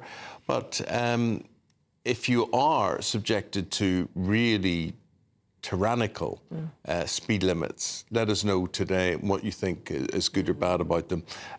I mean, we have to experience a lot of it in London, a lot of it, and it is ridiculous. Especially as we move about the capital in the middle of the night, where there isn't usually much other traffic, and we're still having to do 20 miles an hour. Nobody there. Madness. And also that ULEZ zone business, you know, for people who are affected with that, how they can afford to change their cars, being involved in this. I mean, just, you know, educate people, give them a time scale to change the car, buy the cars off them, whatever. But another talking point I want to put out there this morning, in exactly an hour's time, we're going to be talking about cats. We're going to be honouring cats that have actually changed people's lives, cats who've nursed, for example, people through abuse situations, a cat that has been adopted by a school and has helped them get ready for exams. As you may know, I'm a massive cat lover. But I think dogs hog the limelight a lot of the time, so I'm very excited. Dogs are empathetic. Well, I don't want to pit them against each other. I love dogs as well, but today is the day for cats. But cats, so if you're a cat lover, send in your selfish cats. creatures. No, they're not. And they've got claws. Oh, if you knew my Hector... Every time you touch a cat, and it's all my cat retracts his claws and plays extra gently, and he's the love of my life, little Hector. What happened? Why did you cut his foot off? Oh, no, he cut his paw, the pad of his paw recently. I don't know why. His foot was hanging off. It wasn't. And it had to be stitched back on. No, but we had to keep him in for a week, and he is an outdoor cat, and that was quite difficult because he didn't obviously understand why suddenly we were keeping him inside with a collar on. And then one day I came home and he'd put his paw through his collar, and he was just in the kitchen and he gave me the dirtiest look. He was as if to say, "Mum, what the heck?" So I just took it off. So just gave up. What did you say? He's an indoor cat? Well, for a week after he cut his foot, we had to keep him in and give him antibiotics and things. Who just, the cat never, ever in its whole life went outside the house. No, that's quite common, and I think that's fine if they've always known indoors. And also some breeds are really not adept at going outside. I think ragdolls, I think British short hairs are also a little bit dopey when it comes to, like, navigating. But my cat, he's out there, he's a little tabby moggy, and he loves I didn't tell you what I've roaming. done with animals. I've adopted a fox. Have you? A robin. What? And a squirrel. What, as in through a wildlife organisation? No, they're just outside the door. What, you started feeding a fox? And I started feeding them. Oh. Yeah, and now the fox turns up every night at 8:30. Are you serious? I'm not telling you the truth. Yeah, and then What are you feeding it? Don't tell me Wotsits, because I know you fed Maggie Wotsits once, and that caused... That's a vicious, horrible rumour. That is a true That's a story, terrible, and I'll die rumour. on that hill. What? It's true. No, just tidbits. Anything that's left over. To be fair, foxes' stomachs are quite strong, aren't they? Well... What are you feeding the robin? The robin? Oh, bits of bread and things like that. The fox is emaciated looking. Oh, yeah. Well, not for long. Yeah. But I don't know how trustworthy you are, not only with the Maggie story, but didn't you once kill somebody's bunny rabbit? And the time is 22 minutes past It's a great 7. story. That was a terrible accident. It was a terrible accident. They went on holiday and asked him to feed the rabbit, and you had to buy a replacement whilst they were away. I fed the rabbit with extra bedding. I bought new bedding for its cage, and apparently the bedding couldn't be eaten, but no one told the rabbit that. The rabbit dear. And then I had to replace the rabbit, and the family didn't realise for a couple of 48 days. hours. Yeah. That the rabbit had been replaced. So we never told the children involved, but I did tell the lady who owned the rabbit. And you're still friends? We are, Deirdre. Oh, thank we are goodness. indeed. Yes. Still plenty of time to grab your chance to win £30,000. Here is the Great British Giveaway. £30,000 in tax-free cash really could be yours. It's our biggest cash prize of the year so far, and you could be getting that winning call from us to tell you that you're our next Great British Giveaway winner. Oh, I can't believe this. Oh my God, this is amazing. That is absolutely fantastic. We're over the moon. I've never won anything like this in my life. Oh, you shocked me. I never won a penny in my life. If I was there, I'd buy you a drink. For another chance to win £30,000 in tax-free cash, text cash to 63232. Text costs £2 plus one standard network rate message. You can enter online at gbnews.com/win. Entries cost £2. Or post your name and number to GB07 PO Box 8690 Derby DE1 9TT. UK only. Entrance must be 18 or over. Lines close at 5 p.m. on the 30th of August. Please check the closing time if listening or watching on demand. Good luck. Still to come, France is under the microscope for banning their athletes from wearing head coverings during the Olympics. What do you think about that? We're debating it next.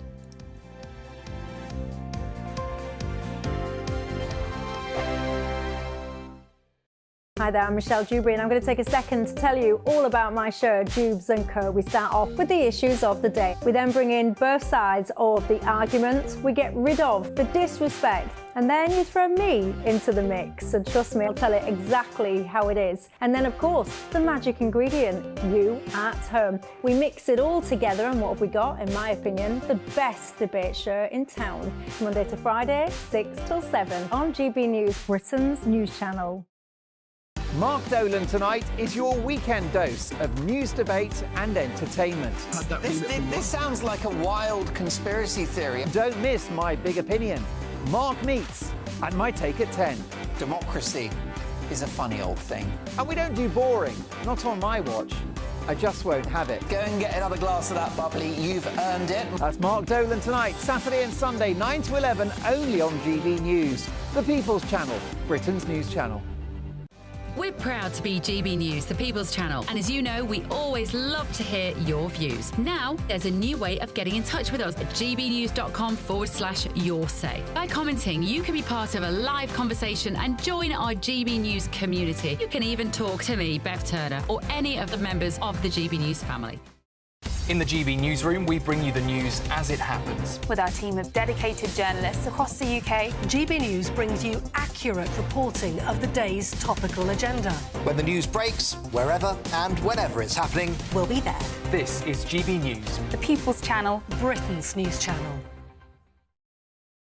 Join me, Neil Oliver, every Sunday night at 6 p.m. on GB News. And if an hour is not nearly enough for you, go to gbnews.com for special extended episodes online every Friday at 9 p.m, where we can truly get into the nitty-gritty of what's going on. GB News, Britain's news channel. Are the newspapers getting you down? My wife didn't divorce me that month. Struggling to separate the wheat from the chaff? I know that it's a bit of a circus at the best of times.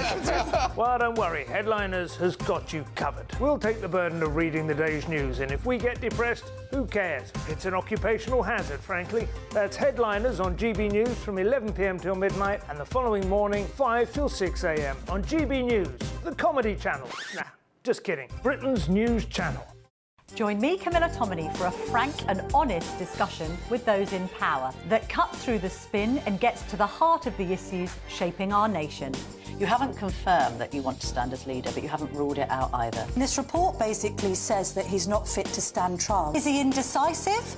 Incompetent? I deliver the dose of reality Westminster needs. That's the Camilla Tominey Show at 9:30 every Sunday on GB News. The People's Channel, Britain's news channel.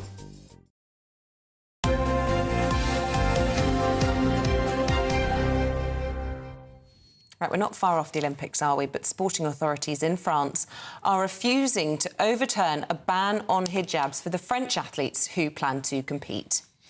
Amnesty International have got themselves involved in this. They have said the move is shameful, but France, which is the only European country to ban religious headwear while playing sport, is not backing down. Who plays anything with religious headwear? Because I can't think of any sport where it happens. It doesn't happen in tennis, it doesn't happen in golf, it doesn't happen. So what's everybody getting I don't know, perhaps there's some fringe sports that are in the Olympics. There may well be. Girls in gymnastics, I don't know. Joining us now is relationship coach Fahima Mohammed and broadcaster and commentator Khadija Khan. Good morning to both of you. Am I right in my assumption both of you are Muslim women and are able to give a perspective on this, because this is an issue really for Muslims that want to compete? Can I start with you, Fahima? You're clearly wearing your headscarf this morning. Why do you think that it's important that women should be allowed to wear those whilst competing for France?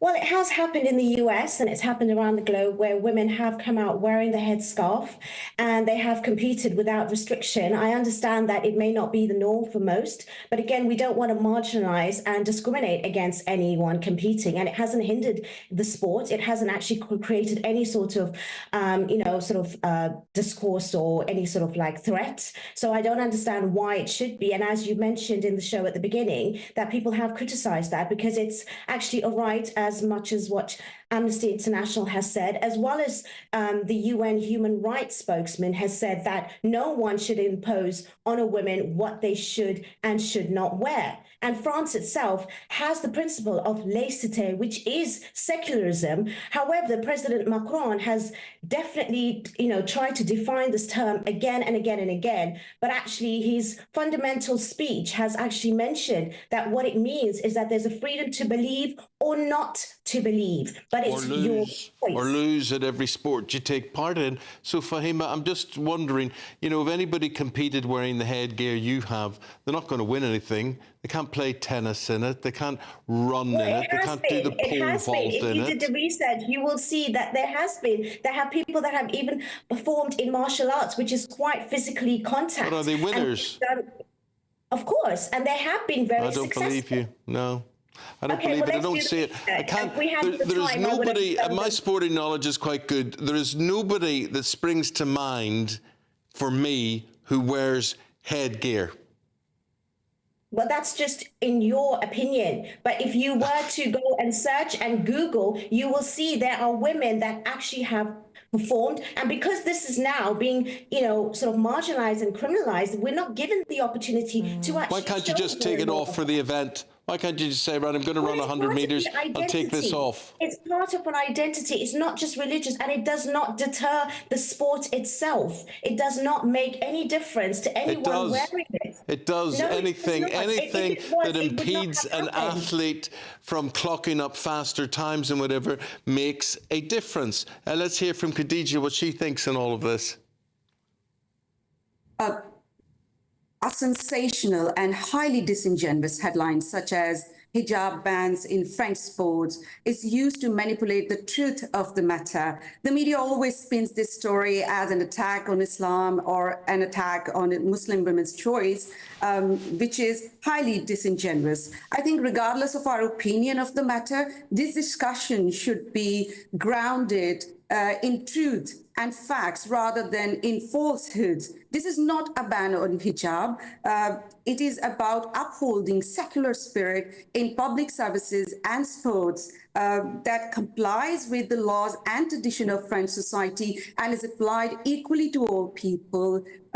without favoring or targeting any specific religious group. French athletes are expected to maintain neutrality and refrain from expressing religious belief and convictions during such events. And before criticizing France for prohibiting religious symbol, one should remember that students and teachers are not allowed to wear a headscarf in public institutions such as schools. In Kosovo, in Azerbaijan, in Uzbekistan, in Kazakhstan, Egypt, Tunisia, and just in June this year, Tajikistan, with 96% of Muslim population, has passed a law that bans clothing such as hijab to prevent superstition and extremism. These are all Muslim majority countries that forbid hijab and niqab in public institutions due to security reason and an effort to preserve the local culture and counter radical interpretation of religion. I don't see people whinging about. I don't see people whinging about these Muslim majority countries. And this is the double standard. Let Khadija just finish, and then Fahima, you can have your say. I don't see people whinging about these Muslim majority countries for banning hijab in schools and public institutions. Fahima?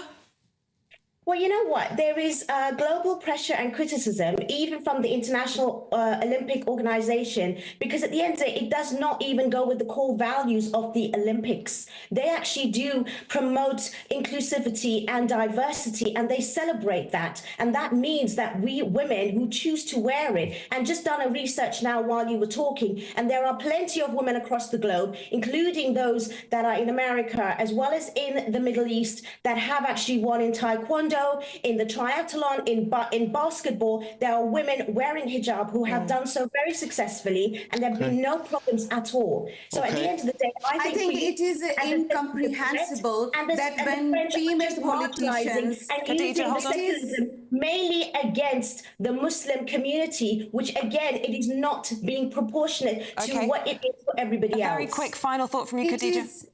It is incomprehensible that when female politicians from the West, they go to Iran or Saudi Arabia and wear hijab, it is portrayed as a sign of respect for the culture of those misogynistic, theocratic regimes. Thank you both very much indeed. France's secular democratic culture is under scrutiny.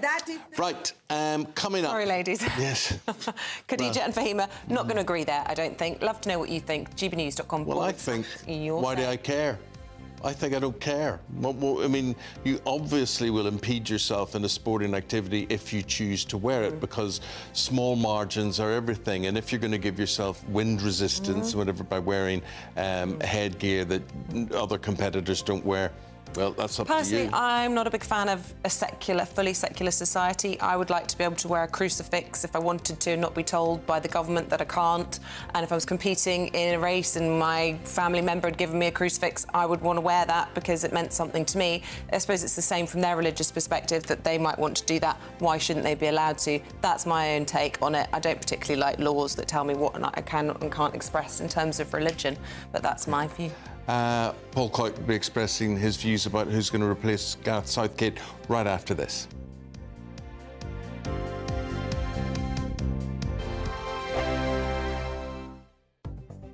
The latest GB News travel.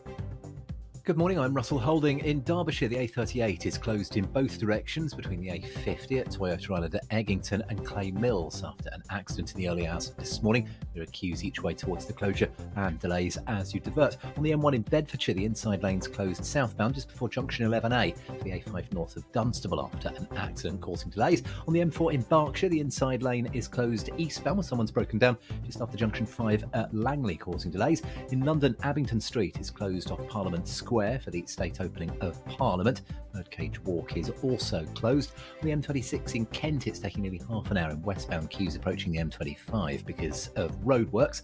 And in East Sussex, the A259 is closed in both directions along Old London Road in Hastings after an accident and oil spill. You can stay up to date throughout the day by visiting our website, gbnews.com. Join me, Nana Akwe, for an informative, interactive news programme with a difference It's fun. It's true. You're not wrong. No one will be cancelled. Lovely. Join me from 3 p.m. every weekend, only on GB News, Britain's news channel. I'm Michael Portillo. This is GB News, the People's Channel, Britain's news channel. Every Saturday, 10 till 12, we'll bring you all of the news that you need to know. We'll also remind you that there is so much to smile about. It's my favourite time of the week. I get to relax, enjoy some light-hearted stories, and let Ellie teach me about fashion too. That's Saturday Morning Live, every Saturday, 10 till 12. Only on GB News, Britain's news channel. Join me, Neil Oliver, every Sunday night at 6 p.m. on GB News. And if an hour is not nearly enough for you, go to gbnews.com for special extended episodes online every Friday at 9 p.m, where we can truly get into the nitty-gritty of what's going on. GB News, Britain's news channel. I'm Mark Dolan, and this is GB News, the People's Channel, Britain's news channel. I'm Patrick Christie's. Every weeknight from 9, I bring you 2 hours of unmissable, explosive debate and headline-grabbing interviews. What impact has that had? We got death threats and the bomb threat and so on. As time passes, She could have said Stump. You made my argument for me. My guests and I tackle the issues that really matter with a sharp take on every story. Went everywhere. something practical could be done. Or I can become something different. Patrick Christie's tonight from 9 p.m. only on GB News, Britain's news channel. I'm Tom Harwood. This is GB News, Britain's news channel.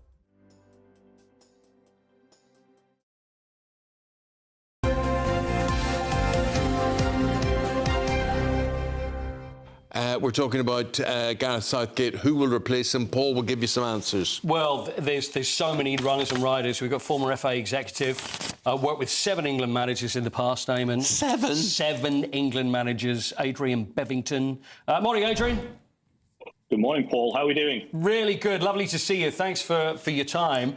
Firstly, before we get into the runners and riders, how is this done? Because it's so high profile. Do interviews take place? Are there phone calls? Would the FA know already that maybe that Gareth Southgate was going to leave before yesterday? So many questions. Well, it's always varied every time there's been a recruitment process, certainly that I was involved in.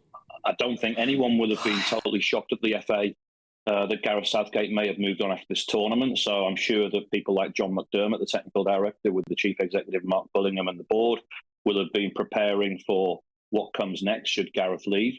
So I'm assuming that they have a short list of coaches that they want to talk to. I think the key part of that, Paul, is the type of profile that they want, whether it's a homegrown, someone who's going to carry on in a similar way that Gareth Southgate has evolved things, or they want to go for something different. With a foreign coach, maybe someone who's worked in England before. You know, they're the kind of questions they have to answer. With regards to approaching people, it is slightly difficult for the FA because obviously there are very clear rules about approaching people who are in work, and for the Federation to be sounding people out unofficially is a bit of a challenge when the regulations are so tight and they're the governing body enforcing them. But I think you can have some mature conversations with people in the game if you have a candidate who may be in employment that you want to talk to at their club, for example. Yeah, it's going to be a tricky one to call. How soon do you think they'll want this done? Because I imagine that Gareth has decided to step down as soon as possible, because then we're further away from the closest championships, which I guess is the World Cup. So is it going to be done very soon, do you think? And are the runners and riders aware of what's going on, and would they have been contacted now? Well, the runners and riders will be aware of what's going on, because you only have to turn on a TV or radio or look at social media and know what's going on. But I'm not so sure all of will have been contacted at this stage. I think the FA are certainly giving a lot of noise and impression that they will take their time to find the right candidate, that they're open to an interim for the early fixture. I think the first one is against the Republic of Ireland in September in the Nations League. However, having been in that position before, I would think that privately they will be doing all they can to land their person in advance of that first fixture, so they can get up and running without an interim period. And the reality is that the interim coach, if they're going to go down that route, would be Lee Carsley, who's in the building, who's the current under-21 head coach. I mean, it seems unlikely that he's going to get the main job, don't you think, because of profile? And we look at people like Eddie, maybe at Newcastle, Eddie Howe, and also Graham Potter there. They seem perfect. It's more than just how good they are as a coach. They've got to be a true ambassador as well, haven't they? That for me, is one of the big dilemmas for the FA at this moment, because, you know, I've been involved in these situations where you go for someone who you think is an A-level, top-level coach, but actually, can they do the whole 360 piece that's required for the England manager's job? And that's something that Gareth Southgate did with an absolutely outstanding level of quality. You can debate his tactics, his substitution, squad selections, but what you can't deny with Gareth Southgate, as a man manager, as a person manager, he has been absolutely sensational. And the person who they do appoint has to be capable of doing all of the other stuff, because in effect you are the Prime Minister of English football in the issues that you have to deal with, and it can go wrong very quickly if you can't handle that side of the job. So finally, I think really it's got to be, I imagine the FA would want an English manager. They want someone that's great with the press. There's a great man manager and also a fantastic coach as well. Who ticks the boxes more for you, Adrian, than anybody else? If you were still there, who would you be looking at? Paul, it's down to the profile of the person. I mean, look, I think Eddie Howe has many of the similar qualities of Gareth Southgate, but he's in a job.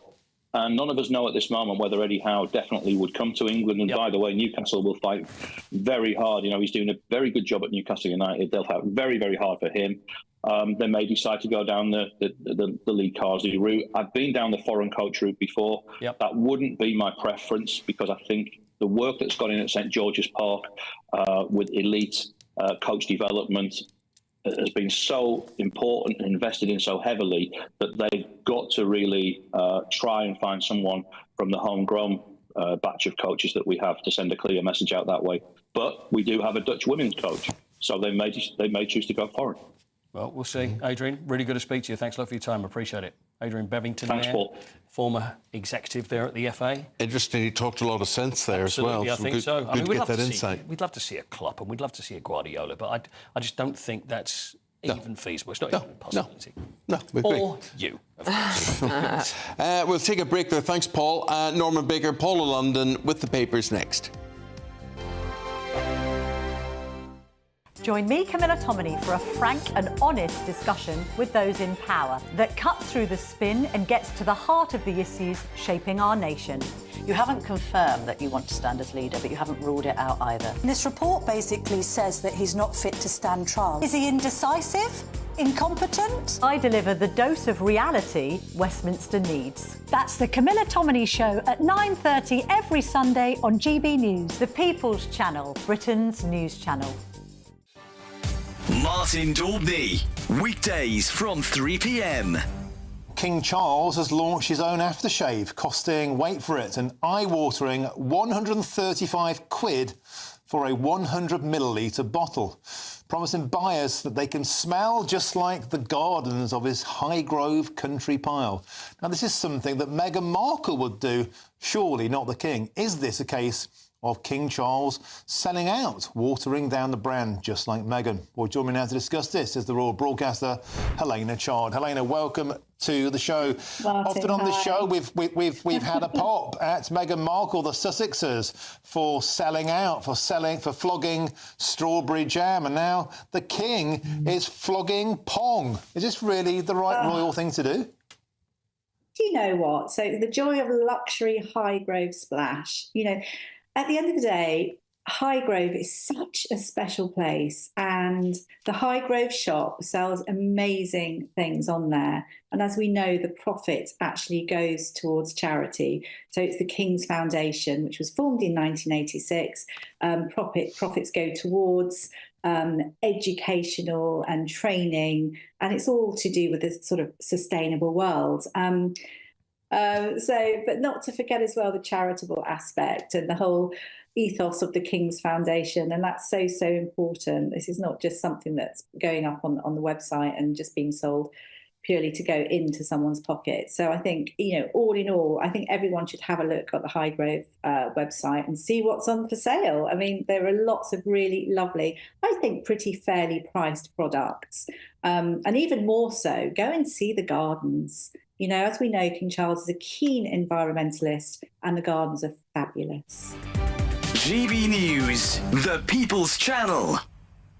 Tune in to Friday Night Live with me, Mark Dolan. GB News royalty with your perfect start to the weekend. Lucky us. Feisty and fearless guests. Well, I'm a normal person, so ask me. Honest opinions that raises more questions than a Gary Barlow tax return. And a few surprises along the way. Might be cold in this studio.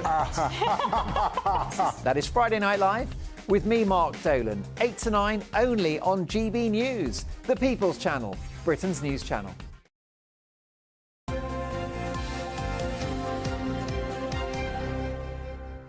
Let's take a look at what's tickling the fancy of Norman Baker and Paula London in the papers this morning. Good to see you again. Paula, should we start with your choice of the story in The Telegraph, which is about Priti Patel and Tom Tugendhat getting ready to launch rival leadership campaigns? Yeah, I'm a real fan of Priti Patel. I think she's less divisive than Suella Braverman, but she has the same rhetoric, really. She has the same beliefs as her. And she's very well liked in Parliament, and she has a very large majority. Even, obviously, so many Conservatives lost their seat, but she has a 15,000 majority, which shows how well she is liked in her constituency. She's very hard-working, very well liked, and as I say, I think she'd be a great candidate. Norman, is that your perception of Priti Patel, that she's well liked? Because obviously I know she's popular with the membership. She's moved, I think, because she was seen as quite extreme during her time as Home Secretary, and she's kind of moved towards the centre a bit. Have her views moved, or has Suella Braverman just sort of out-extremed her? Well, both of those things, to be honest with you, I think. I think that's partially true, yeah. But, I mean, the issue is a thankless task, being leader of the Tory party now, because they're going to be out of power for at least 5 years, and being an opposition leader, they've got to discover what they believe in. Are they going to believe in sort of the Nigel Farage-type agenda, or are they going to go back to the centre? And that's the debate the Tory party has to have as to what it actually where it wants to go. Well, except if you, as you say, Priti Patel is moving back towards the centre, and Tom Tugendhat is so far the centrist candidate, it seems as though they believe, as all the polls always show, that elections are won from the centre ground. Elections are won from the centre ground, and people who say they should merge with Nigel Farage, I mean, speaking as a Liberal, I hope they do, because that will leave the space free for us in the middle. But yes, I mean, there are people in the Conservative Party who do believe they should reach out to Nigel Farage, and if they do that, then that's a totally different scenario from the one that Tom Tugendhat will put forward. We've got time for some other stories then. Norman, what about this Ofwat story? Obviously, we talk a lot on this programme, don't we, about the state of our water companies, and the water regulator is saying it and promising more action now. Long overdue. Why suddenly now have they woken up? Well, they've woken up now because people are saying they should be abolished, and so they should be abolished because they've been completely useless, Ofwat. But, I mean, I have to say, living in the south of England, Southern Water's my water company. Lawrence Gosden, who's the chief exec, has just been paid a bonus as part of a £764,000 pay package, up from £428,000 last year. So a massive increase in his salary, and they want the biggest increase possible for water bills, higher than any other company. And they've been guilty of shocking, this is the word Ofwat have used, shocking failures at the company's sewage treatment works. Why is this bloke getting a bonus? He should be sacked.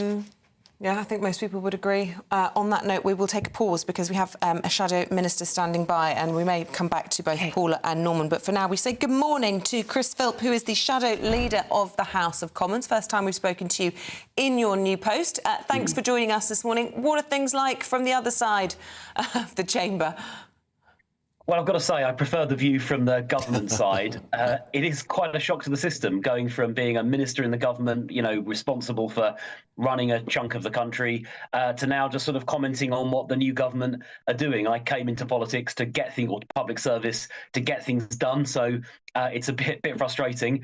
But I suppose that's the price you pay in a democracy when you lose. And one of the great things about our democracy is that we have immediate, peaceful transfers of power, and I suppose I have to therefore accept the rough with the smooth, and accept that we lost the election and start firstly rebuilding the Conservative Party, and secondly holding the new government to account. Anything the new government will be proposing in the King's speech today that you would align yourself with, that you would regard as policy? We'll have to wait and see what's in there. I mean, there are things like the criminal justice bill that I was in the process of taking through Parliament when the election got called that I hope they pick up and continue with, because there were some important measures in there to give the police more powers, for example. And if that comes back, obviously, I'll be very happy to support the bill that I was taking through myself previously. There are some things that have been announced already that concern me. For example, Rachel Reeves' speech a week ago said she was going to rip up the Green Belt. Ed Miliband announced about a week ago he was immediately cancelling all oil and gas licences, new gas licences in the North Sea, even ones that are in progress being granted. And that's going to make our energy prices more expensive, and it's going to make us more reliant on imported gas. So a couple of things there that I'm worried about already. Yes, the new although, government to be fair, I think Rachel Reeves might balk at that sort of version of it. I mean, they're talking about this grey belt, aren't they? So this is areas within the green belt which are useless and good to nobody, and we have a housing shortage in this country. We need new houses to be built, provided the infrastructure is there. Are we not, you know, just enabling a bunch of NIMBYs if we don't continue to build houses? No, well, I think let's look at the detail, but then they are talking about large amounts of what is currently designated as green belt, and you can't just suddenly say, oh, half, you know, a whole chunk of it is now called grey belt, and we're going to build on it. That doesn't make it any better. Obviously, we'll look at the detail.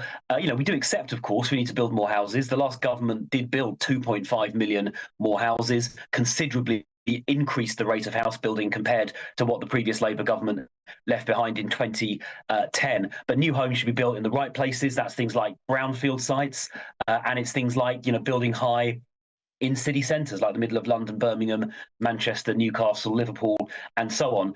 The middle of cities is the place to build, you know, very high density. But, you know, we'll hold them to account for that. Of course, we're also going to be watching very carefully to make sure there aren't any sneaky tax rises, which obviously the Labour Party said they weren't going to do during the election.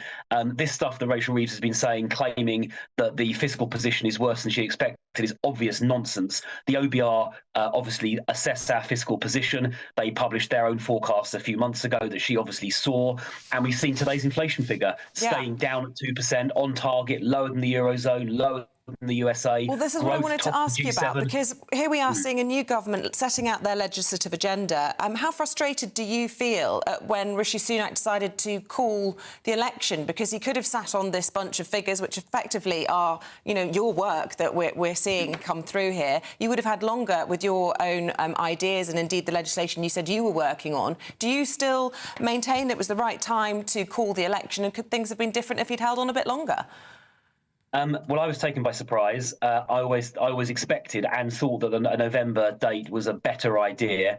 I was never a fan of the early election date. And yeah, we can see, and I wanted to get that bill through Parliament. And we've seen these really good economic figures coming through. Today's inflation figure, it's still down at 2%, on target, and lower than the Eurozone, lower than the USA.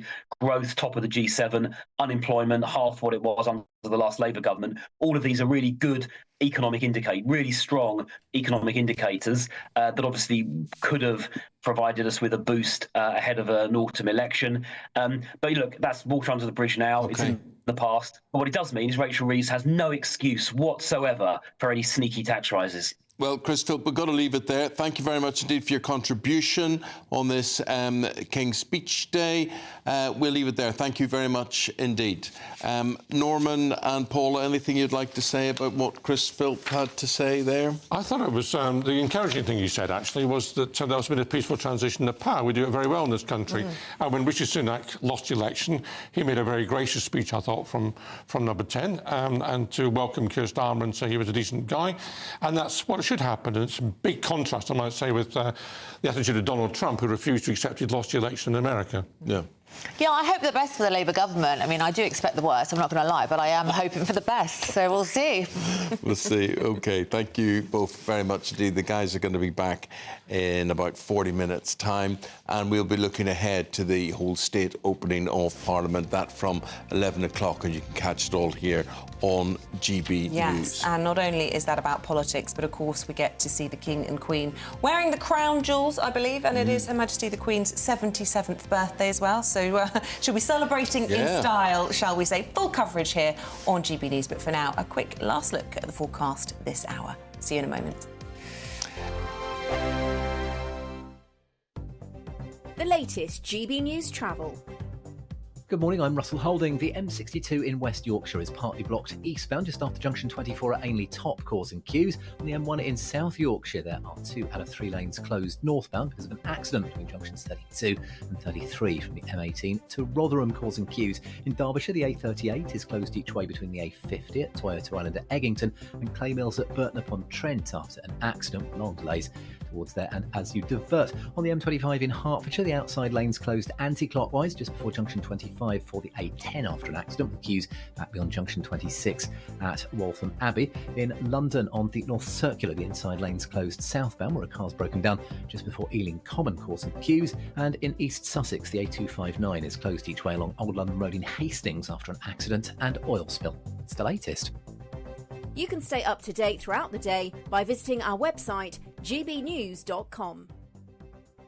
It's our summer treat to you. Your chance to win an incredible £30,000 in tax-free cash. Our biggest cash prize of the year so far. With an extra £30,000 in your bank account this year, you could take the ultimate financial holiday and send some of those day-to-day financial stresses packing. £30,000 could get you those nagging home improvements done, buy that brand new car, or just enable you to kick back and relax for the rest of the year. For another chance to win £30,000 in tax-free cash, text cash to 63232. Text costs £2 plus 1 standard network rate message. You can enter online at gbnews.com/win. Entries cost £2. Or post your name and number to GB07 PO Box 8690 Derby DE1 9TT.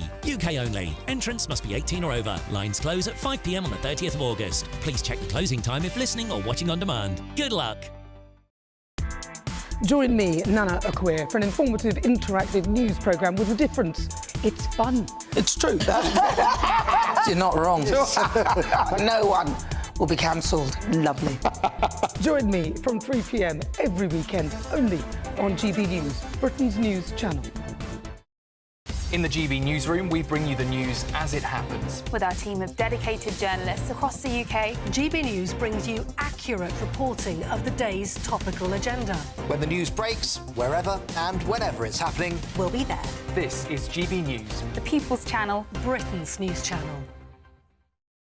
If you want your news to be straight talking, this is a nightmare for the Conservatives again. Down to earth. It's not just Nottingham where this is happening, is it? And most importantly, honest. Hard-working, middle-class taxpayers, they'll get the book thrown at them. They catch me, Martin Daubney, Monday to Friday, 3 till 6 p.m. on GB News, Britain's news channel.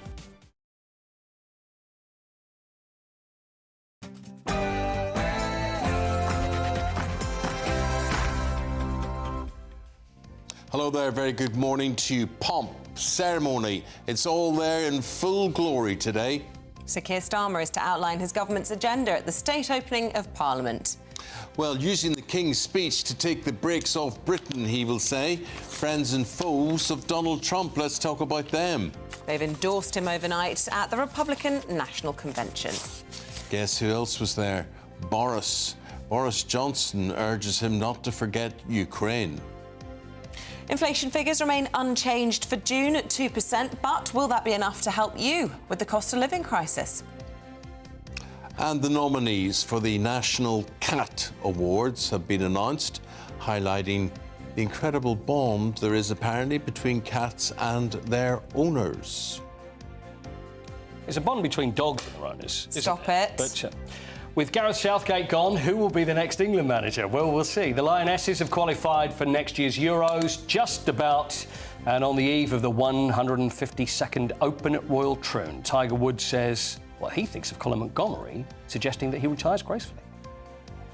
It's going to feel a bit more like summer as we go through the rest of this week, with temperatures rising. I'll have more details coming up.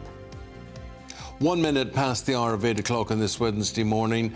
I'm Eamonn Holmes. I'm Isabel Webster, and this is GB News Breakfast.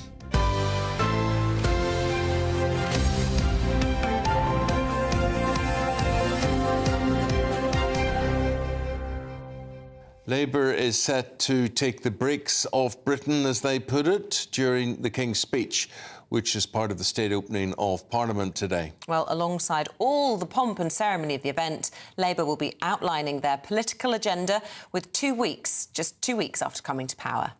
35 bills expected during the event, which will see King Charles reading out the list from the Houses of Parliament. GB News political correspondent Catherine Foster and GB News royal correspondent Cameron Walker joins us now. Catherine, what time will all this happen at?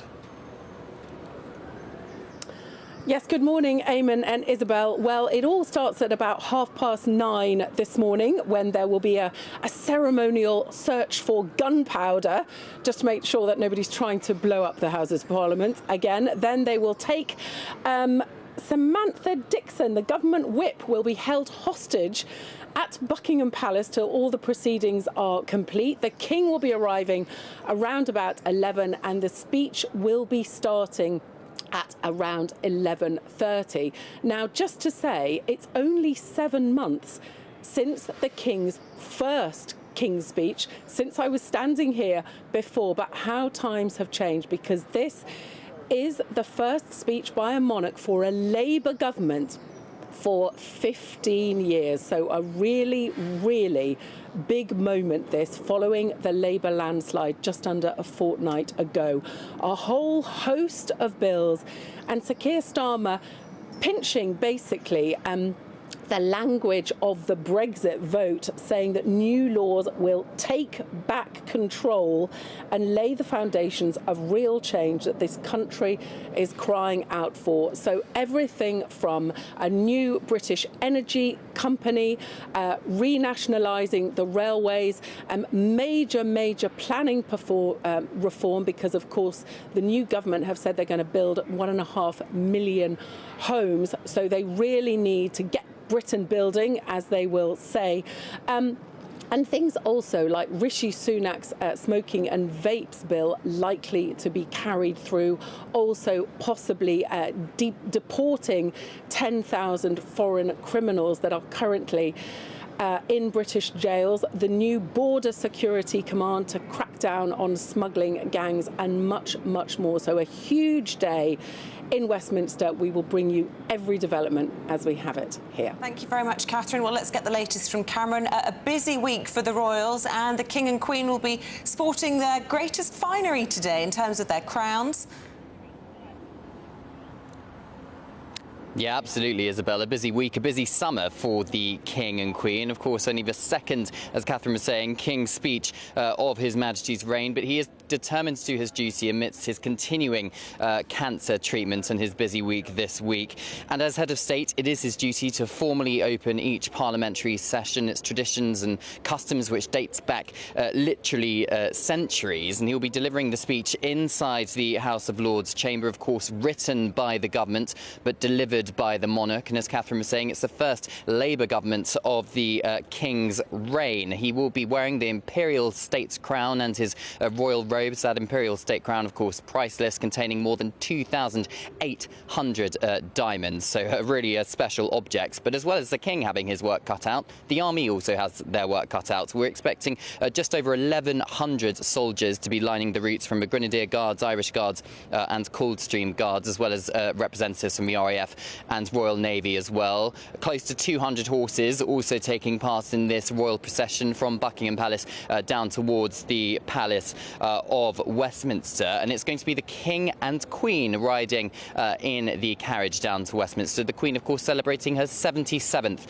birthday today, but she is continuing with royal duties, so no day off for her. They're going to be escorted by troopers from a Household Cavalry Mounted Regiment, and then when they arrive at the Sovereign's entrance entrance of the Palace of Westminster. They'll be ascending the 26 steps of the royal staircase, or perhaps they will take the lifts, because of course the Queen has sprained her ankle. She did that in Jersey on Monday, and it's something that the late Queen did during her reign from the age of 90 back in 2016. They'll then be taken into the robing room, where the King will don his royal robes and the imperial state crown, process through the royal chamber and into the House of Lords. Elsewhere in Green Park, there are going to be two separate 41 gun salutes by the King's Troop Royal Horse Artillery, one for the state opening of Parliament, the other for the Queen's birthday. And separate gun salutes are also going to be fired at the Tower of London. And this morning, Buckingham Palace has released a new photograph of Her Majesty the Queen, taken yesterday in Guernsey at the house of Victor Hugo, that celebrated author. Of course, the Queen, a huge champion of literacy. So a really busy day, and we'll keep you up to date here on GB News. And Cameron, what a day as well for both of you. If you're going to report, you might as well report in the sunshine, Catherine. And so Cameron, overall, when they leave Buckingham Palace this morning, the sun looks as though it's going to be shining.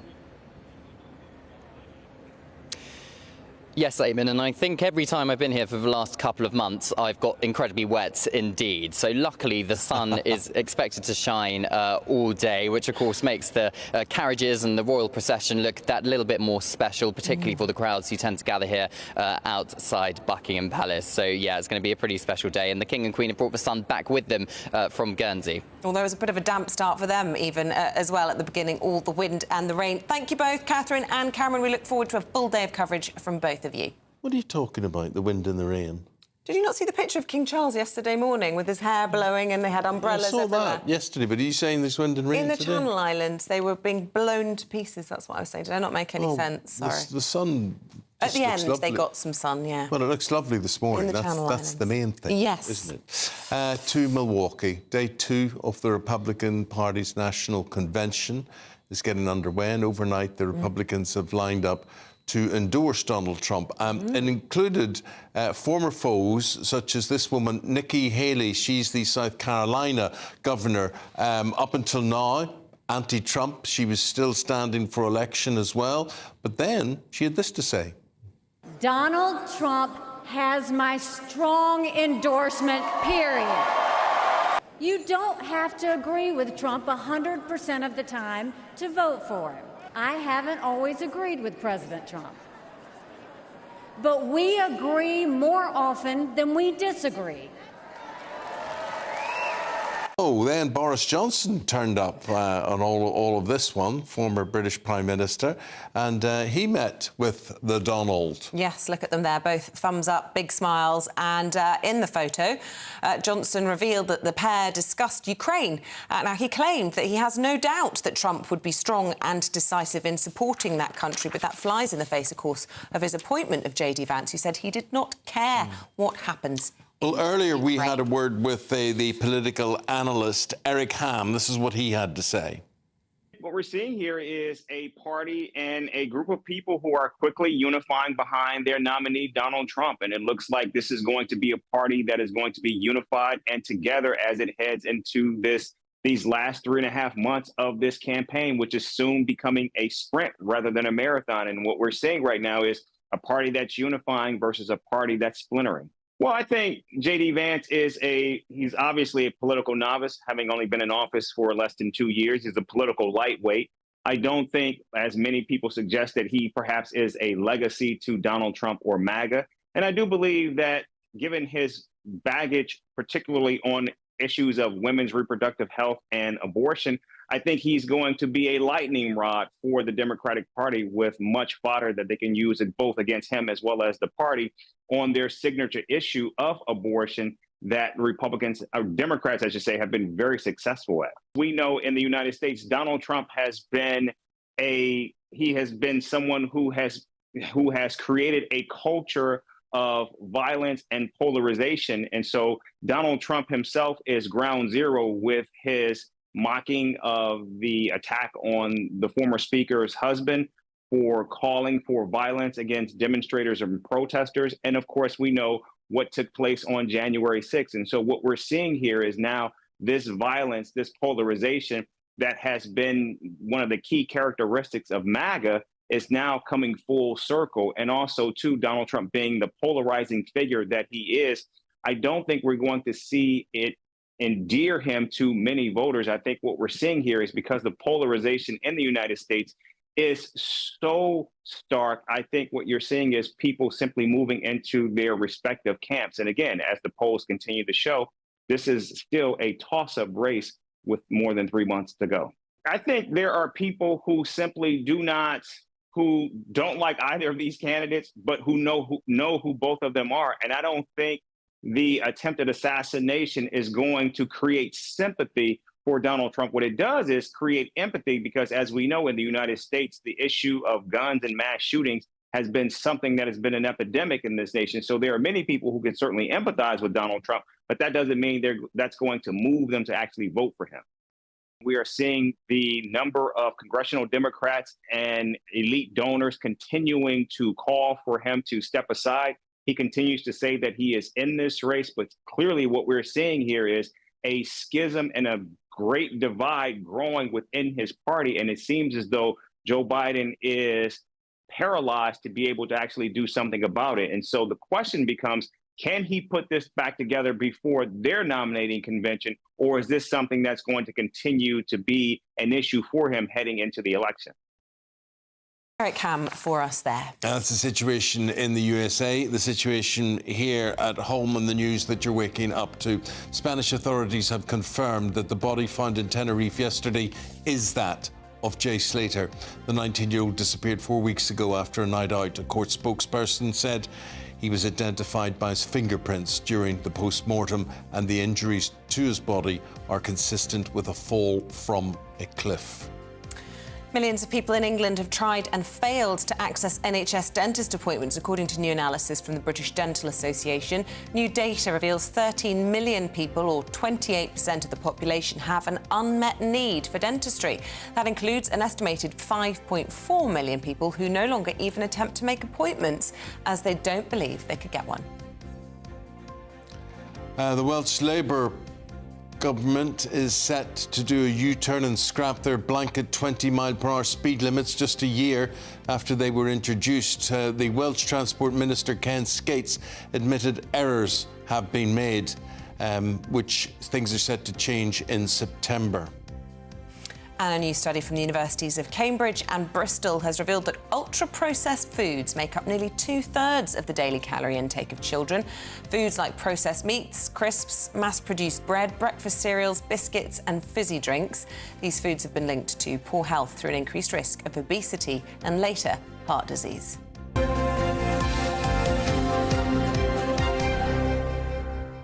But what that report misses, I mean, that's making out that kids are living on crisps and ice cream, and that's not the case. It's the most ordinary things that are processed, and we've got cereal to be aware and bread of them. and yeah, pies.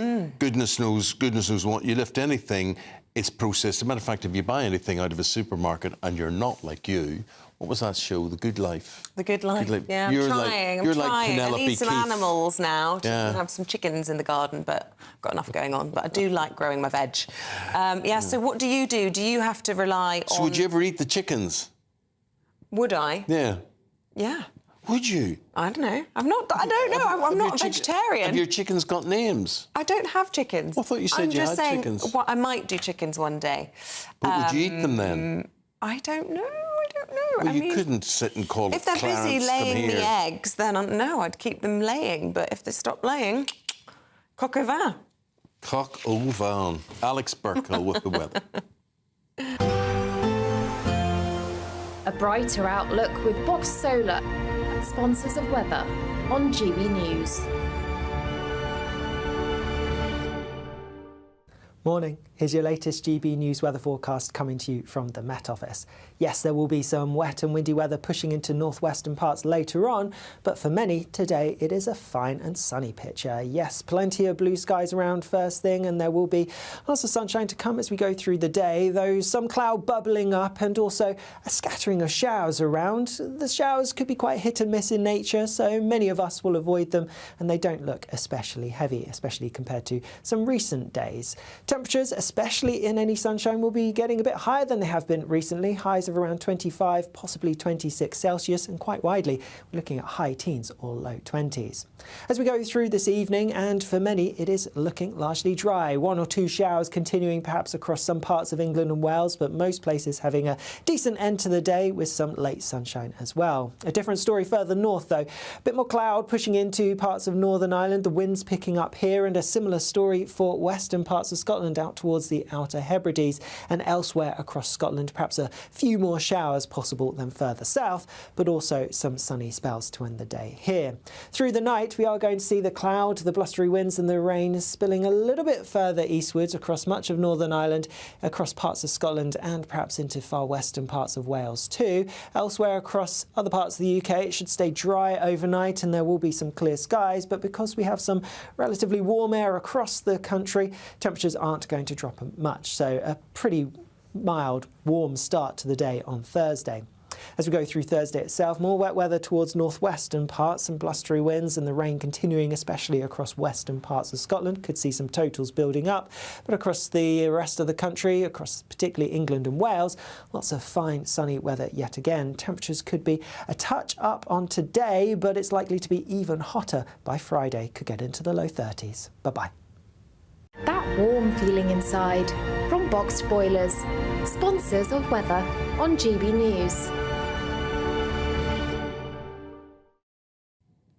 Now have I got news for you.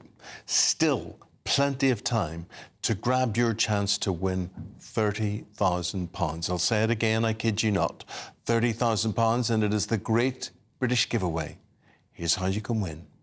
It's our summer treat to you. Your chance to win an incredible £30,000 in tax-free cash. Our biggest cash prize of the year so far. With an extra £30,000 in your bank account this year, you could take the ultimate financial holiday and send some of those day-to-day financial stresses packing. £30,000 could get you those nagging home improvements done, buy that brand new car, or just enable you to kick back and relax for the rest of the year. For another chance to win £30,000 in tax-free cash, text cash to 63232. Text costs £2 plus one standard network rate message. You can enter online at gbnews.com/win. Entries cost £2. Or post your name and number to GB07 PO Box 8690 Derby DE1 9TT. UK only. Entrance must be 18 or over. Lines close at 5 p.m. on the 30th of August. Please check the closing time if listening or watching on demand. Good luck. Yeah. You know, if I won the lottery, I wouldn't tell anyone, but there would be signs. I'd buy lots of cats. Or if I won the £30,000 Great British Giveaway, I'd just... You're going to be one of these cats ladies everywhere. that, you know, when she's in her 70s, whatever, you're just a cat lady. I literally can't wait. That would be my thing. Okay. Yeah, so anyway, I'm very excited, and I hope some of you are cat lovers at home as well, and I'm not on my own, because at the moment, you and Coity couldn't care less about the cat. Well, the reason she's excited is it's the National Cat Awards. What sort of categories are the cats? All sorts, yeah, well, all will be revealed. I've got to make a decision. I've been invited to the Cat Awards. Which family member am I going to take? They're all fighting each other to come. Well, you could have my ticket. Oh, that'd be another ticket for you, yeah. Whole yeah. family, excellent. Back with the pussies right after this. Nana Queer, weekends from 3 p.m. Now, the last time we spoke, we always talk about the topic of gender and your transition. So talk to me about now, though. What you've done is you've created a comic book about your life and about your transition to tell us things that perhaps the press and media don't talk about. Yes, so throughout the years, I have always been persuaded to write a book, but I was never ready to disclose so much. And I've been working this beautiful comic book. I brought you a little copy. It's here. You can have a look into it later, where I'm detailing past experiences, growing up in Brazil and then moving to this country, and my struggles, the struggles that I had to go through to become the woman that I'm today. I'm a woman. I'm not a biological woman, but I am a woman. I just cannot have babies because I don't have the female organs, but I'm a woman inside out, therefore I use the female toilet. But what has been going on around. There are a lot of people, they regard themselves as being transgender when they're actually not. They don't have any psychological help, they don't have any medical help. They just wear female clothes and makeup and they call themselves female. And they're the ones using female spaces and take advantage of that. And that is what should stop and be controlled. But that's the problem, isn't it? So what do you do to stop that? I mean, the suggestion was a third extra space. How would you feel about a third extra space where, you know, this is where if somebody is trans or any of those other things can use rather than using the female toilet? I don't think that would work, actually, because these people that those people that regard themselves as being females in their minds, they still would use the female toilets. GB News, the People's Channel. Every Saturday, 10 till 12, we'll bring you all of the news that you need to know. We'll also remind you that there is so much to smile about. It's my favourite time of the week. I get to relax, enjoy some light-hearted stories, and let Ellie teach me about fashion too. That's Saturday Morning Live, every Saturday, 10 till 12. Only on GB News, Britain's news channel. We're proud to be GB News, the People's Channel, and as you know, we always love to hear your views. Now, there's a new way of getting in touch with us at gbnews.com/your say. By commenting, you can be part of a live conversation and join our GB News community. You can even talk to me, Bev Turner, or any of the members of the GB News family. Join me, Neil Oliver, every Sunday night at 6 p.m. on GB News. And if an hour is not nearly enough for you, go to gbnews.com for special extended episodes online every Friday at 9 p.m, where we can truly get into the nitty-gritty of what's going on. GB News, Britain's news channel.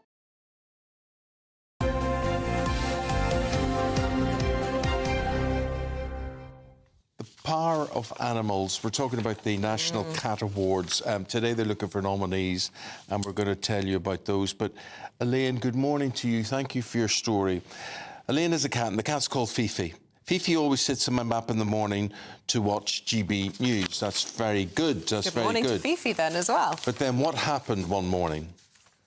Well, in 2020, Elaine was feeling unwell and Fifi took one look at her and would not go near her. She took a test.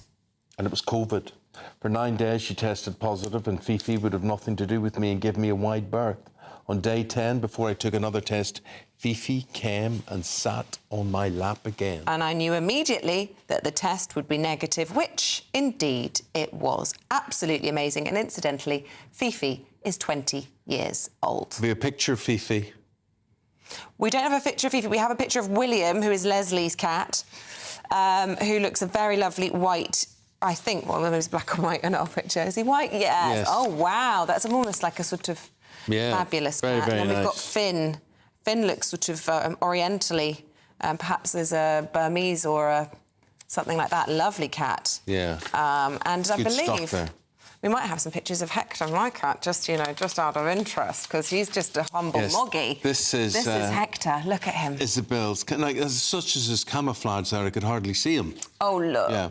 Now, so Hector's a lovely cat, but he's a common cat, isn't he? He's just a moggy, yeah. No idea what his heritage is, but he's friendly, he's tolerant. But when he came in last week and his paw was hanging off, did you find out what happened? I've no idea what he got up to, but he's come in twice in the last week without his collar on, so he gets himself up to no good all the time. Well, what do you mean Well, he's obviously squeezing through gaps and things, and off comes the collar, and they're all designed nowadays so that they don't choke themselves, so it pops off. But 2 in 1 week's a record. But anyway, apparently, these cat awards this week, they've got nominees for connected cats, family cats, senior cats and incredible cats. And I reckon Hector could take all three, apart from senior. Well, let's talk to Cat Cottrell. If I've got that right. Oh, that's an appropriate name. Yeah, well, she calls herself Catherine, but I'm calling you Cat today. You're not getting away with that. Yeah. No problem. Very, very appropriate. Now, Catherine, you're director at Cats Protection. You're looking for nominations. You're looking for cats to fill the categories. What are your categories? So, well, actually, we've done the nominations. So everybody entered back at the beginning of the year, and now the voting is open. So we have our 11 finalists for the National Cat Awards. So voting starts today, and those categories that you just talked about, people can go to the website www.cats.org.uk/NCA, and they can read all about the 11 finalists and the amazing stories of their special bonds with their cats, and they can vote for them. And so voting closes at the end of August, and then we have an awards ceremony in September, where we will also, aside from naming those individual winners for all of those exciting categories, we also name the 2024 Cat of the Year. Cat of the Year. And what would qualify a cat to become Cat of the Year? Who have you got sort of nominated? What sort of stories can you tell us about those in contention? So, well, we have some really beautiful stories, actually. So we have Marmaduke. Marmaduke is a cat that was a rescue cat. And Janice, who's Marmaduke's owner, Janice was one of the first on the scene as part of an ambulance crew at the Manchester Arena terror attack. Oh, wow. So Janice really suffered from, as you can imagine, huge trauma and distress and depression afterwards. And she decided that what she needed was a cat, and she found Marmaduke, a lovely, fluffy orange cat, and it's turned her life around. So she feels so connected and supported by Marmaduke. So it just shows that amazing cat-human bond that we're really celebrating through these awards, and that's why we speak up for cats. Catherine, tell us more about that human bond and what it's like. I'm more a dog person, and I totally get the bond you can build up with an animal. I just don't know a lot about cats. What way does that bond materialise? Oh, well, it's interesting. I mean, you were talking before about people talking about this sort of instinct that cats tend to have, and they can tell when they're needed. And certainly in many of these stories that we've heard, that's it. The cats are coming to comfort. So we also know that 9 out of 10 people, cat owners, say that they actually consider the cat part of the family. So they're treating the cat as part of the family, and the cat is supporting them as part of the family. What's wrong with 1 in 10 people? 9 out of 10. Everyone should consider their cat part of the family, surely. But there's some science, isn't there, that has proven that the purr of a cat actually goes some way to lower blood pressure and reduce stress levels, which is no surprise when it comes to the change that one particular cat that's been nominated has had on these women in a safe house who are escaping exploitation, trafficking and enslavement. And a lot of these women saying that the cat has really, really helped them there. That's right. That's Marley. And so Marley, again, was a rescue cat, came into the safe house. There's 11 women in that house from, in fact, really interesting, from all over the world, from 11 different countries. So the bond that Marley's creating transcends language, it transcends different cultures and communities. But Marley's been able to make incredible breakthroughs. For example, with one particular resident who was very traumatized and wasn't able to make connections with the therapists and those people that were helping her, but actually made a connection with Marley, and that was a stepping stone to her being able to open up further. 4 categories for the awards this year: connected cats, family cats, senior cats and incredible cats. And then one lucky cat will be crowned National Cat of the Year for 2024. So when will all of this happen, Catherine? So the voting's starting today and continues until the 30th of August. And then on the 18th of September in London, we have a ceremony where we have all of the finalists come to celebrate, because everybody's a winner, really, and celebrities as well. And there we will announce the winners of all the categories. And then a panel, a celebrity and expert panel, will have judged the actual Cat of the Year out of those winners themselves. So it's going to be a very exciting day for cats. OK, Catherine, thank you very much indeed. Thanks for making us aware of everything, and good luck with the voting. Good luck with the whole event. Thank you. Thank you. See, I love to have felines celebrated. I think they're the underrepresented of the family pet in the world. Everyone I know has a dog, but no one sings about cats. I grew up with cats, and I have to totally agree with the whole sort of instinct that they have. My first cat was called Percy, and he cost £15 from the local pet shop, and I could not get over the fact that he was £15. Every time I went to buy anything in my youth, it would be like, well, how could that cost more than Percy? It was the most valuable thing to me in the world. We used to call him Nursey Percy, because whenever any of us was ill, he'd come and nurse us. He was a lovely cat. We had a cat when I was very young. I think I was about 5 at the time, but it was called TC. Top Cat. Top Cat. Yeah, I like that. Very good. TC, that's what it was. Very good. So there we go. We've got sport next. Paul Coit with that.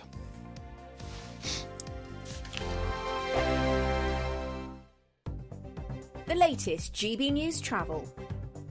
Good morning, I'm Russell Holding. In County Durham, the A19 is partly blocked northbound between the Seaton interchange and the Herrington interchange, causing delays. On the M60 in Greater Manchester, there's a lane closed anti-clockwise. Someone's broken down at junction 17 at Prestwich with queues from the M62. In Derbyshire, the A38 is closed each way between the A50 at Toyota Island at Eggington and Clay Mills at Burton-upon-Trent after an accident. There are queues each way towards there and delays as you divert. In London, on the North Circular, the inside lane's closed southbound, where a car's broken down just before Ealing Common, causing queues. On the M26 in Kent, it's taking nearly half an hour in westbound queues approaching the M25 because of roadworks. And in East Sussex, the A259 is closed in both directions along Old London Road in Hastings after an accident and oil spill. And that's the latest.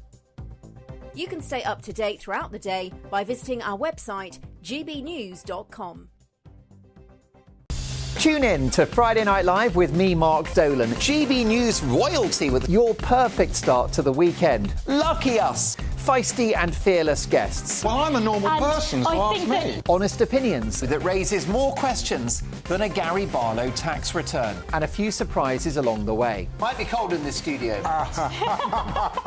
That is Friday Night Live with me, Mark Dolan. 8 to 9 only on GB News, the People's Channel, Britain's news channel. Join me, Neil Oliver, every Sunday night at 6 p.m. on GB News. And if an hour is not nearly enough for you, go to gbnews.com for special extended episodes online every Friday at 9 p.m, where we can truly get into the nitty-gritty of what's going on. GB News, Britain's news channel. In the GB newsroom, we bring you the news as it happens. With our team of dedicated journalists across the UK, GB News brings you accurate reporting of the day's topical agenda. When the news breaks, wherever and whenever it's happening, we'll be there. This is GB News, the People's Channel, Britain's news channel. We're proud to be GB News, the People's Channel. And as you know, we always love to hear your views. Now, there's a new way of getting in touch with us at gbnews.com/your say. By commenting, you can be part of a live conversation and join our GB News community. You can even talk to me, Bev Turner, or any of the members of the GB News family. I'm Patrick Christie's. Every weeknight from 9, I bring you 2 hours of unmissable, explosive debate and headline-grabbing interviews. What impact has that had? We got death threats and the bomb threat and so on. As time passes, she could have said Stump. You made my argument for me. My guests and I tackle the issues that really matter with a sharp take on every story. Went everywhere. Something practical could be done. Or I can become something different. Patrick Christie's tonight from 9 p.m. only on GB News, Britain's news channel.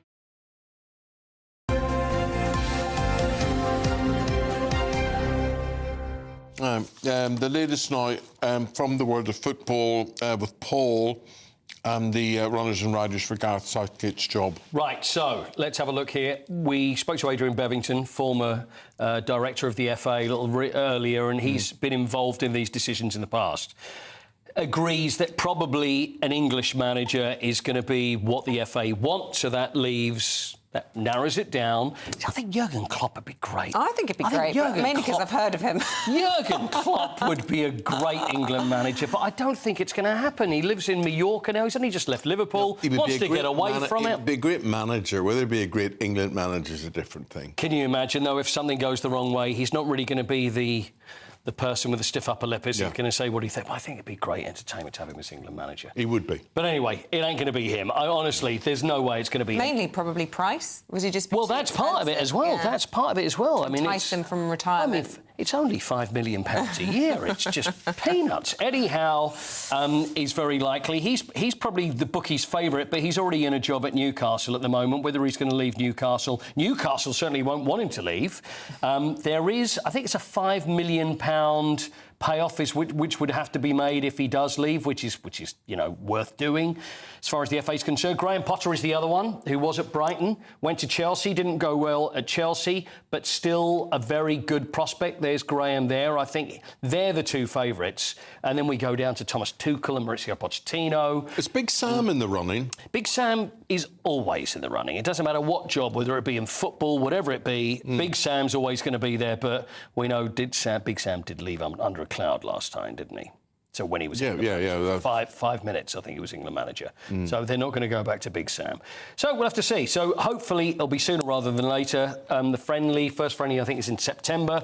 Still a couple of years until the World Cup, but obviously qualification, so they need it done and dusted as soon as they can. So we'll see how that goes. Let's look ahead to the Open, which gets underway, tees off tomorrow. It does tee off tomorrow, 152nd Open. Tiger Woods is going to be playing. Tiger Woods, who's won the Open 3 times, last time was in 2008. Colin Montgomerie had been speaking about Tiger Woods, ex-Ryder Cup legend, Scottish golfer. He suggested, which for me makes sense. He said that talking about Tiger Woods, there's a time for all sportsmen to say goodbye. It's always the most difficult decision for any sportsman to make. But it's very difficult to tell Tiger it's time to go. Obviously, he still feels he can win. We are more realistic. It's like echoes of Biden, isn't it? What is it with people not knowing when it's time to go? Exactly. So Biden's not. Well, Tiger had his say. Let's hear what Tiger had to say about the whole situation. Well, as a past champion, I'm exempt till I'm 60. Colin's not. He's not a past champion, so he's not exempt. So he doesn't get the opportunity to make that decision. I do. I mean, you've earned that. You've deserved it. So when I get to be at his age, I can still make that decision, when he doesn't. We featured a lady called Ingrid Andress. Oh, yes. Who was a singer. She was a country singer. Yeah. And a lot of people were hoping that she would know when it was time to say goodbye. It was after the first 2 bars of the national anthem. Of the national anthem, American national anthem. This was at the MLB Home Run Derby. Yes, correct. What's that? It's Major League Baseball. They have a week of an All-Stars game, and then they see who can hit. There was nothing starry about her. What's happening? What's the latest there? Do you think you can... I've got a statement from her. Do you want to go? Should we have a little bit of this in the background as I do it? Yes, please. See if you can handle it. Here goes Ingrid Andress. Do you know, it was funny yesterday when we didn't know, but actually... Well, this is what she said. I'm not going to BS y'all, is what she says. I was drunk last night. I'm checking myself into a facility today to get the help I need. That was not me last night. Well, I think it was. I apologise to MLB and all the fans of this country I love so much for the rendition. I'll let y'all know how rehab is. I hear it's super fun, is what she said. Well, there we are. It's not as fun. Is she still drinking? I think so. But you know what? It was one of the most enjoyable renditions of the national anthem I've ever heard. OK. Thank you very much indeed, Paul and Andres, and hope all goes well for you. We have got Paul in London and we've got Norman Baker. They've got the papers right after this. Please don't go away. Join me, Camilla Tominey, for a frank and honest discussion with those in power that cuts through the spin and gets to the heart of the issues shaping our nation. You haven't confirmed that you want to stand as leader, but you haven't ruled it out either. This report basically says that he's not fit to stand trial. Is he indecisive? Incompetent? I deliver the dose of reality Westminster needs. That's the Camilla Tominey Show at 9:30 every Sunday on GB News, the People's Channel, Britain's news channel. Good afternoon, Britain. Weekdays from midday. No one wants their child to be a fussy eater. But what is the secret to expanding your child's culinary horizons? Is there a way to get kids away from the kids' menu, the fish fingers, the chips? Joining us now is the UK's top-selling author of children's cookery books, Annabel Carmel. Good morning, Annabel. Thank you. So lovely to be here. So, first of all, what's the issue with kids just having the traditional easy meals like fish fingers, chips, beans? It really depends if they've got preservatives in them, if they're full of salt. So I like to make them myself, and it's really easy. So I make my own chicken glazed nuggets, and super easy to make using proper pieces of chicken. You can cook them in the air fryer now, which is absolutely brilliant, so you need to fry them. And I think that it's really important that children grow up loving good food, because they make their minds up by the age of 5 what they like and what they don't like. It's quite difficult to change their minds after that. But it's good to know that fussy eating is genetic. It's not to do with your cooking. Oh, that's not to say that you can't do something about it. So I've written many, many books, and I have an app with 1,000 recipes on it, and a lot of how to make your own junk food, how to make your own isolis out of fresh fruit. Yes. How to make your own pizzas. I make the most amazing homemade pizza. I actually brought you some cookies here. So these are your books here. So my first cookbook, that's for how old children? That's from the age of 1. OK, and you've got a weaning one at the end, the baby one? Yes, that's my very first book. I lost my first child. It was really sad. She died at the age of 3 months. And my second child was the world's worst eater. And I wrote that book as my legacy to Natasha, never thinking that it would start a whole career. Oh, bless you. It sold millions of copies, and it's so popular. Is it quite pivotal and important that you introduce kids to the weaning stage, or, you know, how important? It's very important, because the processed weaning food in pouches or jars, it's heated, so a lot of the vitamins aren't there anymore, so making your own is so easy and much cheaper. GB News, the People's Channel.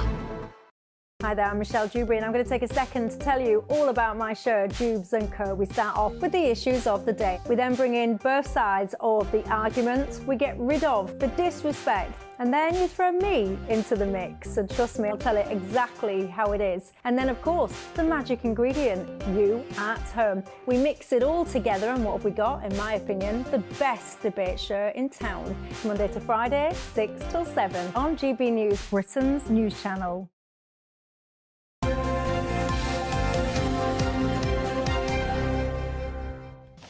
Welcome back. We're going through the papers. A rare display of corporate disunity. Let's go to Norman Baker. We've got Paula London here as well. And this is the Sun newspaper, is it? Saying that newspapers will be around for a long time, and Mr Murdoch, the owner, saying they won't be. Well, News UK, which was Murdoch's creation, denying what Murdoch has said, which is very unusual, because normally they're at one with each other. But Murdoch, who's now 93, and always been a strong supporter of newspapers, whatever you think about Rupert Murdoch, is saying that by 2040 there'll be no newspapers. Well, is that what they're saying, or are they saying physical paper printed versions? Yes. Because, I mean, I read their newspapers every single day, but on my phone. So is it as catastrophic as he's suggesting, if we don't get the printouts by 2040? He's saying there'll be no... The print newspapers will be dead within 15 years, is what he's actually said. Well, but I think it's actually rather sad if it's true. I think it is true. The thing is, right, I get the newspapers, whatever. I'm the only person I know who gets newspapers. Nobody else. No. Nobody gets Sunday papers. Or daily papers. Some people do. No, I know, look, but if you look at your social circle and suddenly you talk to someone, did you see the newspaper yesterday? And they go, well, and then you realise, you begin to say to people, do you get papers? No. No. People just don't. I see a lot of workmen get the newspapers, actually. I either see workmen get newspapers or I see businessmen get the Financial Times or the Times. So I do see people, but I know from chatting to newsagents, they say we're not selling what we used to. But I think what's going to have to happen, like News UK are going to have more advertising online for their newspapers, so that will enable them to print the papers, even if they're not making money from selling them. Or they just print crippled pictures of me, telling people that I'm on crutches, even though I've been on crutches for 2 years. They can do that. I mean, I have to pay for my Times and my Telegraph subscription. Well, it's not cheap, but I choose to get it via my phone. That's online. This is the point, because the trouble is people expect news to be free. It's free. They think it's free on television. It's a licensed paper. They think it's free. It's free on radio. It's free on social media. So why pay for newspapers? That's people's mindset these days. Well, they're being quite clever, because some of the good stories, you'll read a bit and then you'll be like, you'll have to pay. I pay £5 for the Daily Mail each month to read the rest of it. So I'm happy to give them that. But I think it's dying from the roots up. I think there are people who are key opinion formers in society who still read newspapers, but the vast majority of people don't. I think that's possible. Let's talk, Paula, about Harry and Meghan, and this is in The Sun. Yeah, well, first of all, when they were first together, it was like a Hollywood romantic story come true to life. But now everything's gotten very sour. Harry's approval rating has gone down by 6 points, and Meghan is 8 points lower. The last thing that they've done to annoy people on both sides of the pond was Harry receiving the Pat Tillman Award. Americans in general really care about their servicemen, and even the mother to the late Pat. He was an NFL player, for people that don't know, in America, and he gave up a very successful football career to fight for the American Army, and tragically he lost his life. So a lot of people feel very deeply about this. His mother wasn't very happy. He received the award, and there was a lot of other people in America that should have received it, and they didn't have privileged lives. Why? Because he's British, or because of what he said about the Taliban in the book Spare? And how he's British, so he shouldn't have got it. Advocate of the forces and you know, supporter of them, perhaps not in America, but I mean, Harry has always been, and that's one of the biggest sadnesses, I think, for him, having left the royal family. I don't think so. Patronages. Yeah, I think when you're in the army, the one thing you know, especially, you don't be boasting about how many people you killed, because that could put other people at risk. So I don't think he should receive any award. I don't think it's fair to say he shouldn't have accepted it. I mean, I think there's a question of whether it should be his own mother, awarded. the guy that passed, didn't want him to have it, so she should have had the final say. Well, I mean, that does matter for those awarding it rather than Harry for receiving it. But I think Harry is, I suspect he's probably quite unhappy. And Harry and Meghan are a bit like John and Yoko, in my view. I expect that Meghan's a lot happier than he is. There's quite a lot of parallels between those pairings, aren't there? Norman, there's... I was just wondering, Boris Johnson last week, he was at a big society wedding in India last week, and then he pops over to Milwaukee for the National Convention for the Republican Party as well. He gets around, doesn't he? He does get around, and I think British politicians, I know he's no longer elected, have to be slightly careful at intervening in foreign countries' elections, because that's dangerous, I think, to do that. However, on this occasion, I think it's probably quite helpful he's met Trump, because I believe it's important we do support Ukraine, and I think that there's a danger that the Americans won't do and become more isolationist with Trump and this J.D. Vance character, who's now his number 2, who doesn't want to pay for money to go for arms to go to Ukraine. The difficulty is that this America First policy, which I think J.D. Vance wants to move forward, I think doesn't actually help America, because it's important for America and for the West to make sure we spread democracy and we're influencing across the world. And to put yourself in your own borders and just shut the door, I think is actually anti-American. Paula, this story in the Daily Mail jumped out to me as well, and this is a photograph posted online by an infant school of little ones posing with a trans-inclusive pride flag. Now, understandably, there's been outcry about this. Rosie Duffield, a Labour MP, has said that these tiny pupils could not possibly understand the concepts of sexuality and gender identity that they were being encouraged to celebrate. Yeah, it's interesting you say it's understandably there's been uproar, because I think a lot of Labour MPs would actually endorse this behaviour, but I'm very happy with Rosie Duffield for standing out and speaking out, rather, and she has spoke out about gender ideology, trans, etc. in schools, and she's been penalised for it. She hasn't been supported. And I will never understand, I know it's more for the left, they seem to be pushing this on children. You know, they're infants, they should be learning to read and write. And I will never understand why the left wing are trying to push sexuality and trans rights onto children. And, you know, I don't normally commend Labour MPs, but I do commend Rosie. Well done for her standing up for this and calling it out. It wasn't in her constituency, but I don't understand. And I think posting that on social media can be very dangerous, because there's a lot of strange men and women on social media. They could get a sick kick out of it. It's not fair for children, like in infants, to be in the World Wide Web. She should have got parental control, he or she, the teacher that did it. Whatever you think about trans issues, it's totally inappropriate to use children in this way. How young are these children? Infant school age, under 8. Under 5. Yeah. I mean, it's ridiculous. I mean, they've got no idea what they're doing. They've been told by the teacher to stand there with a flag. But why would the teachers tell them that? Well, I mean, presumably because they endorse the idea of inclusiveness and all that sort of stuff. I mean, it's very inappropriate, and I hope it doesn't happen again. And I hope the parents feel brave enough to speak out against it, not just... And well done for a Labour MP. Yeah, because a lot of parents are afraid to say what they really think, because they don't want to offend the school or the teachers or make their child a difficult child within the school. Just to be clear, the issue in my head is not about whether trans rights are right or wrong. That's a separate debate. The issue is, should you use children in this particular way? The answer is clearly no. OK. Paula, let's talk about getting a dentist. The headlines are shocking today. NHS dentistry has effectively ceased to exist, says one. Well, you know, I had to have a tooth removed, actually. It was absolutely horrendous about 5 months ago, and I went to an NHS dentist. I walked past, it's in Marylebone. If anyone needs one, it's practically opposite the station. And they were like, oh, we accept it NHS, no problem. And it was cheaper than private dentists, because there's Harley Street is obviously by Marylebone, and they're accepting patients. So if you do need a dentist, I feel like you should go more to central London, especially if there's a lot of private dentists in the vicinity, more people. So what I'm not understanding here, I thought the whole waiting list thing, you just can't get into an NHS dentist, you can't get a dentist to carry out NHS work. Well, you can. I mean, I say I have an NHS dentist, so I think some people, if they're in a very posh postcode, there's lots of free dentistry available because everyone else is paying. Yes, really. Right. You know, I live in a tiny flat, but I do live in a nice area. But yeah, I think that's the thing. If you're living in maybe an impoverished area and everyone's using NHS, but I don't think you have to be in an actual catchment area for NHS like doctors. So you just need to shop around. I think this Marylebone dentist is going to get inundated now. He's been good. With, on the programme. Well, they have a sign on their door saying NHS dentist.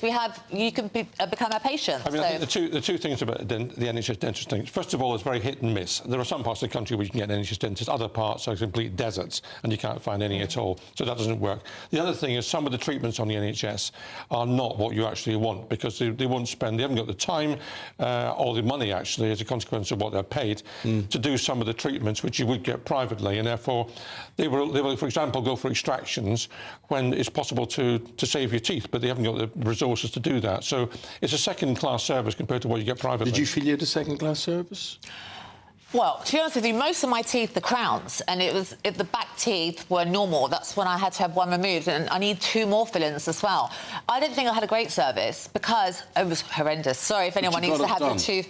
Yeah, but someone had to hold my shoulders back and pull it out, and it was barbaric. It is barbaric. I've never had a tooth removed, but you know, people moan about turkeys and dentists, but I mean dentists and turkey. But I like my teeth. Look, I've never had problems with those. The whole tooth and nothing but the tooth. No. Yeah. So help me Stop God. it.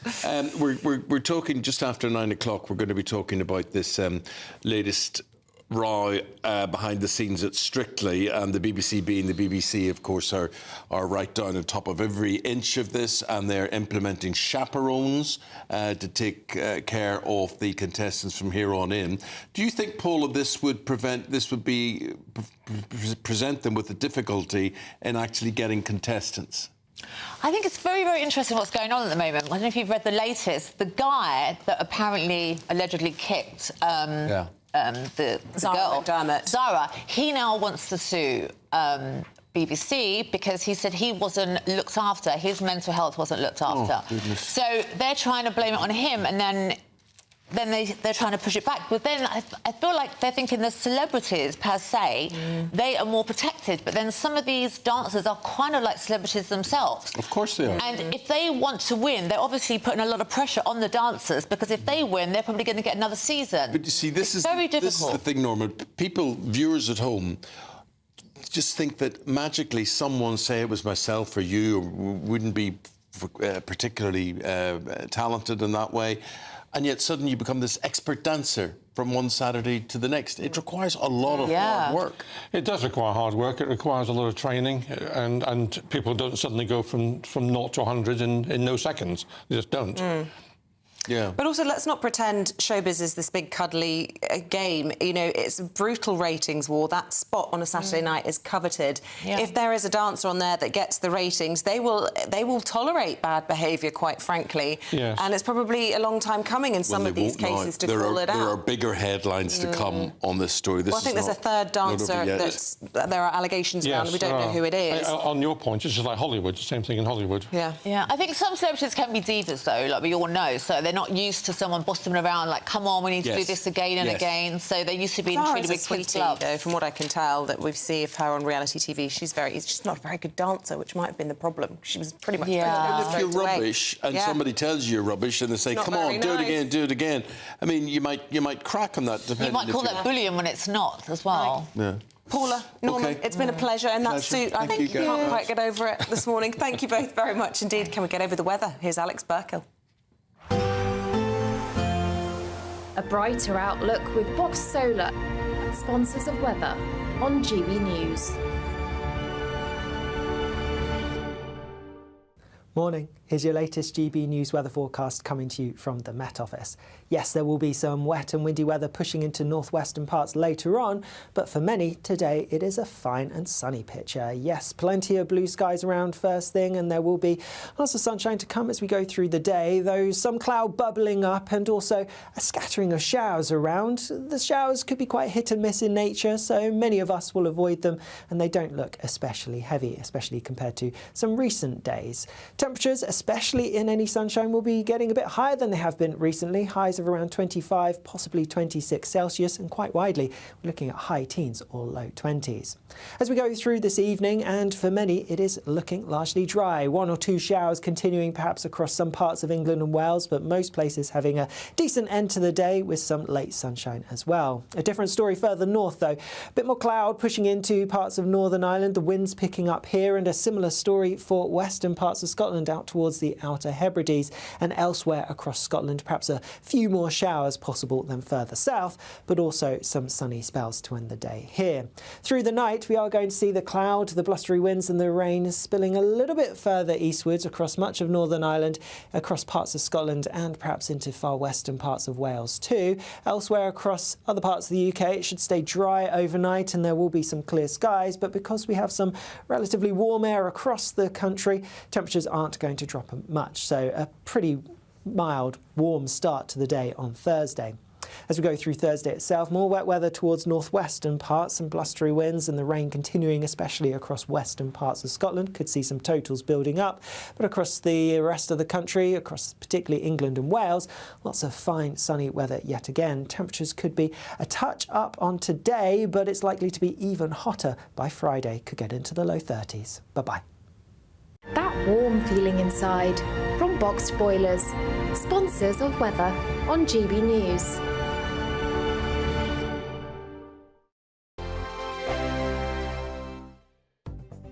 The latest GB News travel. Good morning, I'm Russell Holding. Tyne and Wear Metro services aren't running between West Jesmond and Gateshead Stadium because of a faulty train on the A1 Western bypass in Tyne and Wear. There's a lane closed northbound. Someone's broken down at junction 66 by the Angel of the North with queues from junction 63 at Chester Street, not helped by roadworks.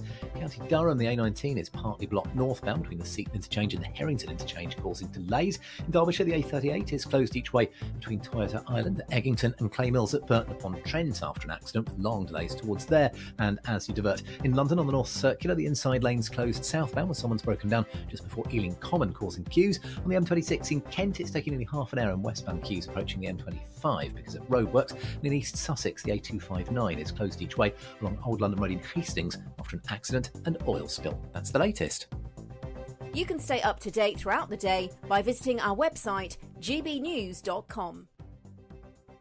£30,000 in tax-free cash really could be yours. It's our biggest cash prize of the year so far. And you could be getting that winning call from us to tell you that you're our next Great British Giveaway winner. Oh, I can't believe this. Oh my God, this is amazing. That is absolutely fantastic. We're over the moon. I've never won anything like this in my life. Oh, you shocked me. I never won a penny in my life. If I was there, I'd buy you a drink. For another chance to win £30,000 in tax-free cash, text cash to 63232. Text costs £2 plus one standard network rate message. You can enter online at gbnews.com/win. Entries cost £2. Or post your name and number to GB07 PO Box 8690 Derby DE1 9TT. UK only. Entrants must be 18 or over. Lines close at 5 p.m. on the 30th of August. Please check the closing time if listening or watching on demand. Good luck. I'm Christopher Hope. From pop stars to politicians, I'll interview anybody in a pub who's got a political opinion. Join me every Friday on Spotify, Apple Podcasts, YouTube or gbnews.com, or wherever you get your podcasts. This is GB News, the People's Channel. In the GB newsroom, we bring you the news as it happens. With our team of dedicated journalists across the UK, GB News brings you accurate reporting of the day's topical agenda. When the news breaks, wherever and whenever it's happening, we'll be there. This is GB News, the People's Channel, Britain's news channel. If you want your news to be straight talking, this is a nightmare for the Conservatives again. Down to earth, it's not just Nottingham where this is happening, is it? And most importantly, honest. Hard-working, middle-class taxpayers, they'll get the book thrown at them. Then catch me, Martin Daubney, Monday to Friday, 3 till 6 p.m. on GB News, Britain's news channel.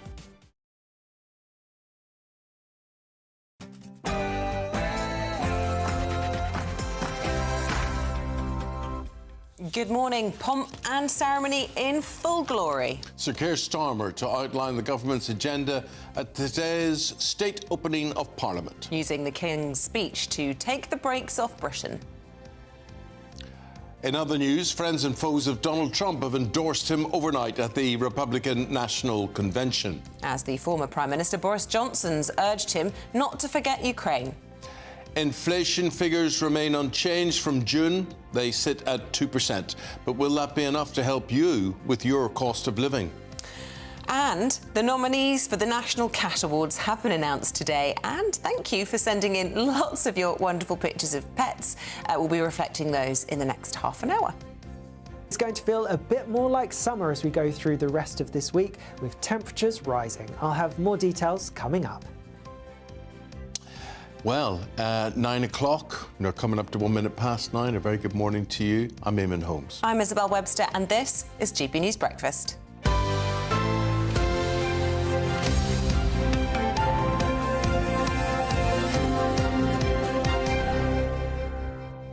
Well, we were talking about these National Cat Awards, and so many of you believe that your cat should be there, should be part of all of this. We're going to show you a picture, first of all, of two Russian blues. And they're called Stan and Ollie. I love the name Sean Stan. has sent us the picture of Stan and Ollie there. Very nice. Nick has sent in an unusual cat, or pair of cats. This is Basil and Percy. These are furless cats. Yeah. They always look a bit naked to me, but apparently just as loving and sweet as any other cat. This is Jasper the cat. You see, Jasper looks a lot like Hector, my cat. Nice tabby there. Well, his owner's called Julie, so thank you for that, Julie. Elizabeth sent through Poppy, good name, and beautiful black and white cat there. And lastly, Sharon has sent through her cats, brilliant names. Gin and tonic. So who had a black and white cat? Postman Pat. Correct. There we go. Nailed it. Labour is set to take what they term is the brakes off Britain, as in car brakes, during the King's speech as part of the state opening of Parliament. Yep, there'll be lots of traditional pomp and ceremony at the event, of course, but Labour, crucially, will outline their legislative plan just 2 weeks after coming to power. Well, more than 35 bills will be unveiled during the event, which will see King Charles reading out the list from the Houses of Parliament. Well, let's speak to our political correspondent, Catherine Forster, about all of this. Any big surprises? I think it's a sort of heftier King's speech than we've had in recent years, but only a handful of hangover pieces of legislation from the previous administration. Yes, that's right. Good morning, Eamonn and Isabel. The weather is actually glorious here. There's a strange bright thing in the sky. I don't know what it could be. But anyway, we're expecting about 35 bills. This is the first King's speech, or monarch speech, if you like, from a Labour government in 15 years. We were here just 7 months ago when the King made his first speech, but of course that was under Rishi Sunak's government. How times have changed. So yes, Sir Keir Starmer, read out by the King, will pledge to new laws which will take back control, borrowing that Brexit language, and lay the foundations of real change that this country is crying out for. So yes, a couple of hangovers, as you say, including Rishi Sunak's smoking and vapes bill to make it that children that are currently 14 will never legally be able to buy cigarettes, but so much more, of course. Massive planning reform, because this government have pledged to get Britain building. They say they're going to get 1.5 million homes built over this Parliament. So for the NIMBYs out there, this is going to be rather difficult, they say. Also taking railways back into national ownership, Great British Energy, a nationally owned energy company, and much more besides. So it all starts at about 9:30. Well, there will be a ceremonial search for gunpowder. One of the MPs will be taken hostage at Buckingham Palace till this is all over, at which point she will be returned. And then the King will arrive at around about 11 o'clock this morning, likely to begin speaking at about 11:35. So a huge day here in Westminster. So Keir Starmer saying it's all about getting growth, because we've had very little growth. We've had a pretty stagnant economy over the last 15 years or so, and that has really hampered everything, public services, etc., etc. But of course, there's nothing easy about getting growth. So none of this will be easy, but big pledges being made later this morning. Thank you, Catherine. Well, as Catherine says, a huge day today. Not only that, Cameron Walker, beautifully bathed sunlight day today. Absolutely, Eamonn. We're very lucky. Most royal events which are happening at Buckingham Palace this summer have been in the rain, but not this one. It is only the second King's speech of His Majesty's reign, but of course it's the first one written by a Labour government. And the King, despite his ongoing cancer treatments, very much determined to do his duties here today. As head of state, it is his duty to open each parliamentary session, and that is exactly what he's going to be doing today. It's traditions and customs dating back centuries. He'll be delivering the speech inside the House of Lords chamber. But before that, of course, there's a big ceremonial procession, because as well as the King being very busy this summer, the Army are incredibly busy this summer, and RAF and Navy, because the pomp and pageantry is very much going to be on display here in central London. The King and Queen, who's celebrating her 77th birthday today, will be departing Buckingham Palace in a carriage escorted by the household cavalry. Elsewhere, the crown jewels, including the Imperial State Crown and the Sword of State, are going to be taken from the Tower of London and will also be escorted to the Palace of Westminster. But lining the route, we have around 1,100 soldiers, around 200 horses as well, made up of Grenadier Guards, Irish Guards, Coldstream Guards, as well as personnel from the RAF and Royal Navy. But when the King and Queen arrive at the Palace of Westminster at the Sovereign's entrance, they will be ascending the 26 the royal staircase of 26 steps, or they will take the lift, something that the late Queen did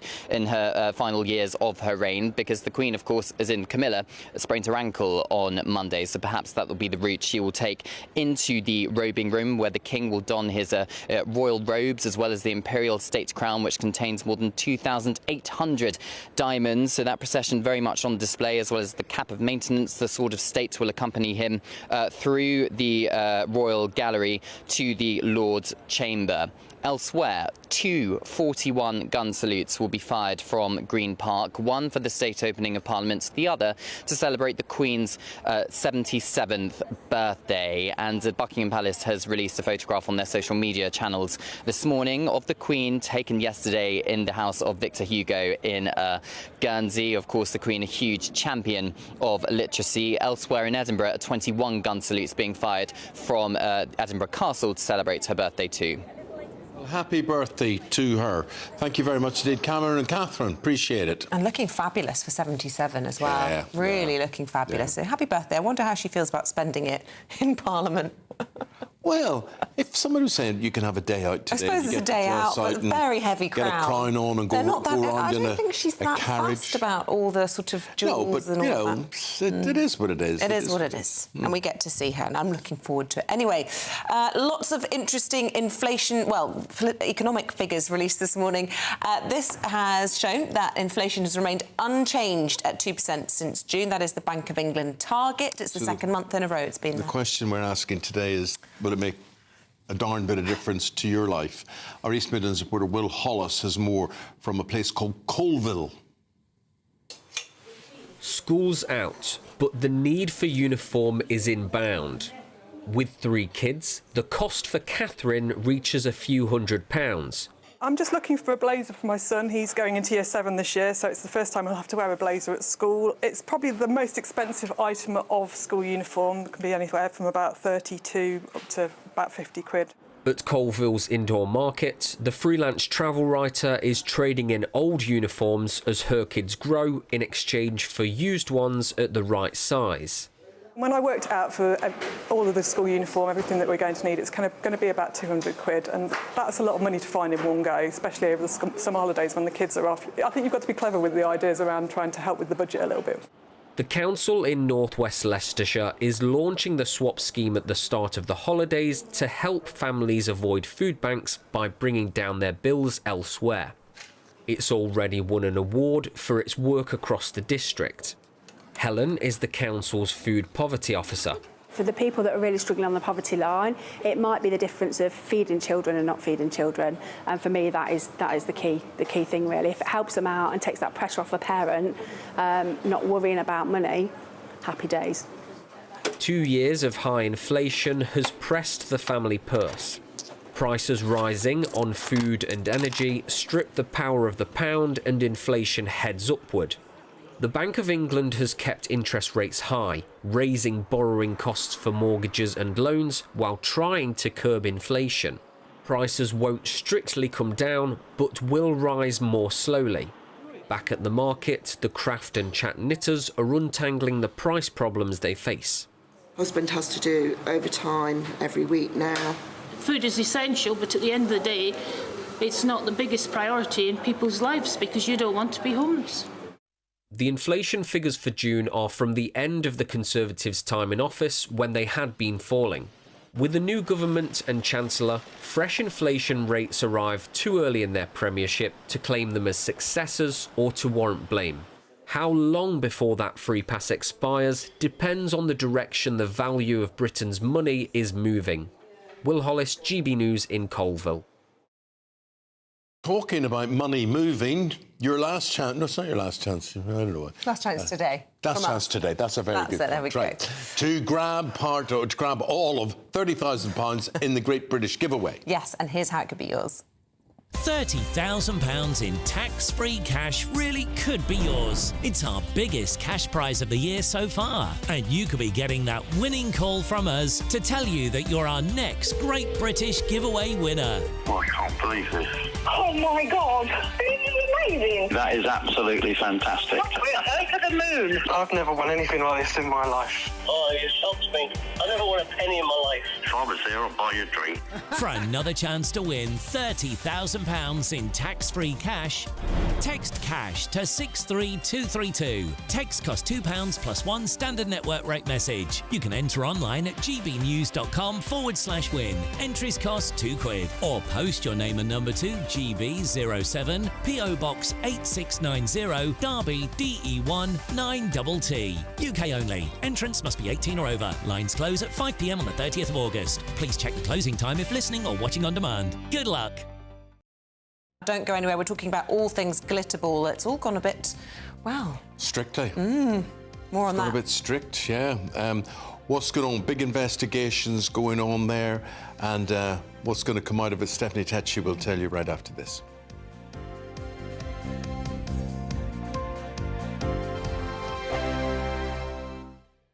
Hi there, I'm Michelle Dewberry and I'm going to take a second to tell you all about my show, Dubes & Co. We start off with the issues of the day. We then bring in both sides of the arguments. We get rid of the disrespect. And then you throw me into the mix. And trust me, I'll tell it exactly how it is. And then, of course, the magic ingredient, you at home. We mix it all together and what have we got? In my opinion, the best debate show in town. Monday to Friday, 6 till 7 on GB News, Britain's news channel. Mark Dolan tonight is your weekend dose of news, debate and entertainment. This sounds like a wild conspiracy theory. Don't miss my big opinion. Mark meets at my take at 10. Democracy is a funny old thing. And we don't do boring, not on my watch. I just won't have it. Go and get another glass of that bubbly, you've earned it. That's Mark Dolan tonight, Saturday and Sunday, 9 to 11, only on GB News, the People's Channel, Britain's news channel. This is GB News, Britain's news channel. In World War I, 309 men from Britain and the Commonwealth never came home because they'd been shot at dawn. The majority were killed for desertion, cowardice and sleeping at post. Appearing at their court-martials and told they'd brought shame on their country, these men had no opportunity to defend themselves and were executed by a firing squad. The National Memorial Arboretum launched a fundraising campaign to restore the memorial, which has stood for more than 20 years. Thank you to your viewers for their support for the fundraising campaign, and thanks to the generosity of so many people, we've been able to replace all 309 of the posts that represent those young men that were shot in the First World War. Restoration of this really precious memorial. The centrepiece of the memorial is the young soldier, blindfolded and facing his execution. In September 1916, Private Harry Farr was ordered to the front. Already suffering from shell shock, he was overwhelmed and refused his orders. He was court-martialed, and in a trial lasting only 20 minutes, he was sentenced to death. On the day of his execution, he faced the firing squad without a blindfold. Janet Booth is Private Farr's granddaughter and was part of the public campaign to have those who were shot at dawn officially pardoned. When I asked my gran, do you know where I could find Harry's grave? And she looked at my mother, and there was this sort of look between them, and then she said, well, he hasn't got a grave because they didn't warrant, he deserved one because he was shot as a coward and had let his country down. We can come here as a family and pay our respects to him, and also for all the other families, it's somewhere to come and remember their loved ones. The People's Channel.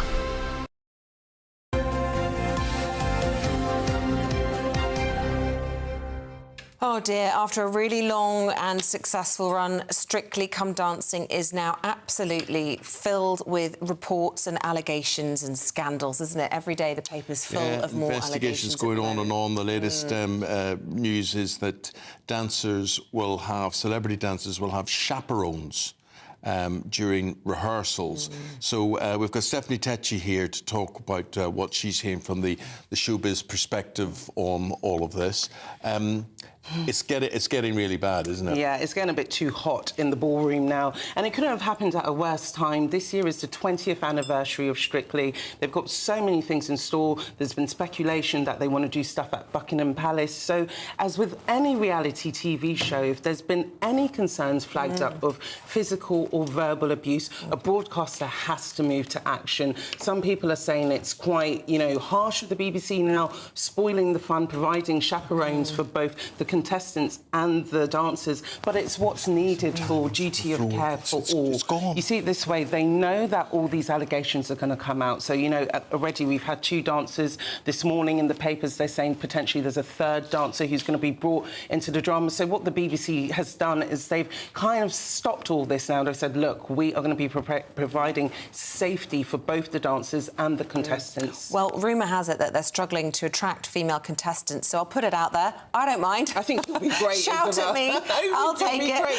I think it'll be amazing. But I think this is what a lot of the dancers like Giovanni and Graziano have said, that, in the training rooms, their passion and their dedication obviously has come out pretty badly. So that's why now the Strictly production staff... OK, can I put it to you? You say their passion's coming out pretty badly. Yeah. What about these Gen Z contestants?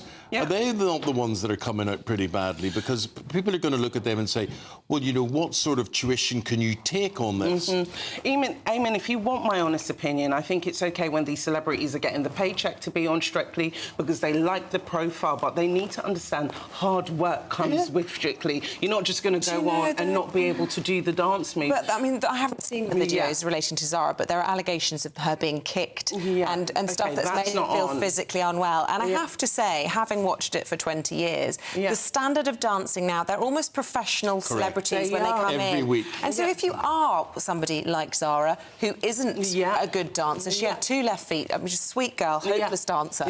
And so there was probably horrific pressure on her to try and also for those now celebrity dancers, they want to be the winners, they want to lift the glitter ball, they want to be back the following year. So it's almost a bit toxic now. Yeah, they want to be in it to win it, but this is what why the BBC are now is providing safeguarding and training sessions, because apparently Graziano said that he needed more support from the BBC to see how he should be training with his contestants. We live in a different culture now, so what Strictly might have got away with 5 years ago, it's not going to get away with now. People are more sensitive, people are more, they need more support. You see, I would have thought at the very start of this competition that, when it go back 20 years, that, oh, there's Stephanie, she's brilliant. There's Isabel, she's fantastic, she's improved greatly. There's Eamonn, oh, he's still useless.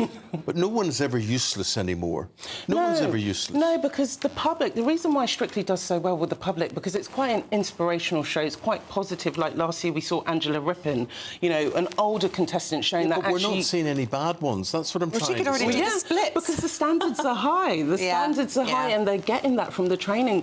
Eamonn, when they are training, they're in the studio for about 12 hours a day. If we're all in the, you know, studio for 12 hours, we will all look pretty good on the dance floor. My wife went through it. I mean, it was a long, long day. It's grueling, and Strictly never makes light of that. So now I think bringing all these changes, whoever is going to be on the next series, they're going to have to be prepared mentally and physically for what's in store. But I feel like maybe now they are going to tone down the training, and maybe that might affect what we see. Yeah, and they've had a pretty sort of golden 20 years, haven't they? If you think of the history of the show, I can't think of a more sustained period of negative headlines than this. Well, yes, that's because the society has changed. What's expected in society.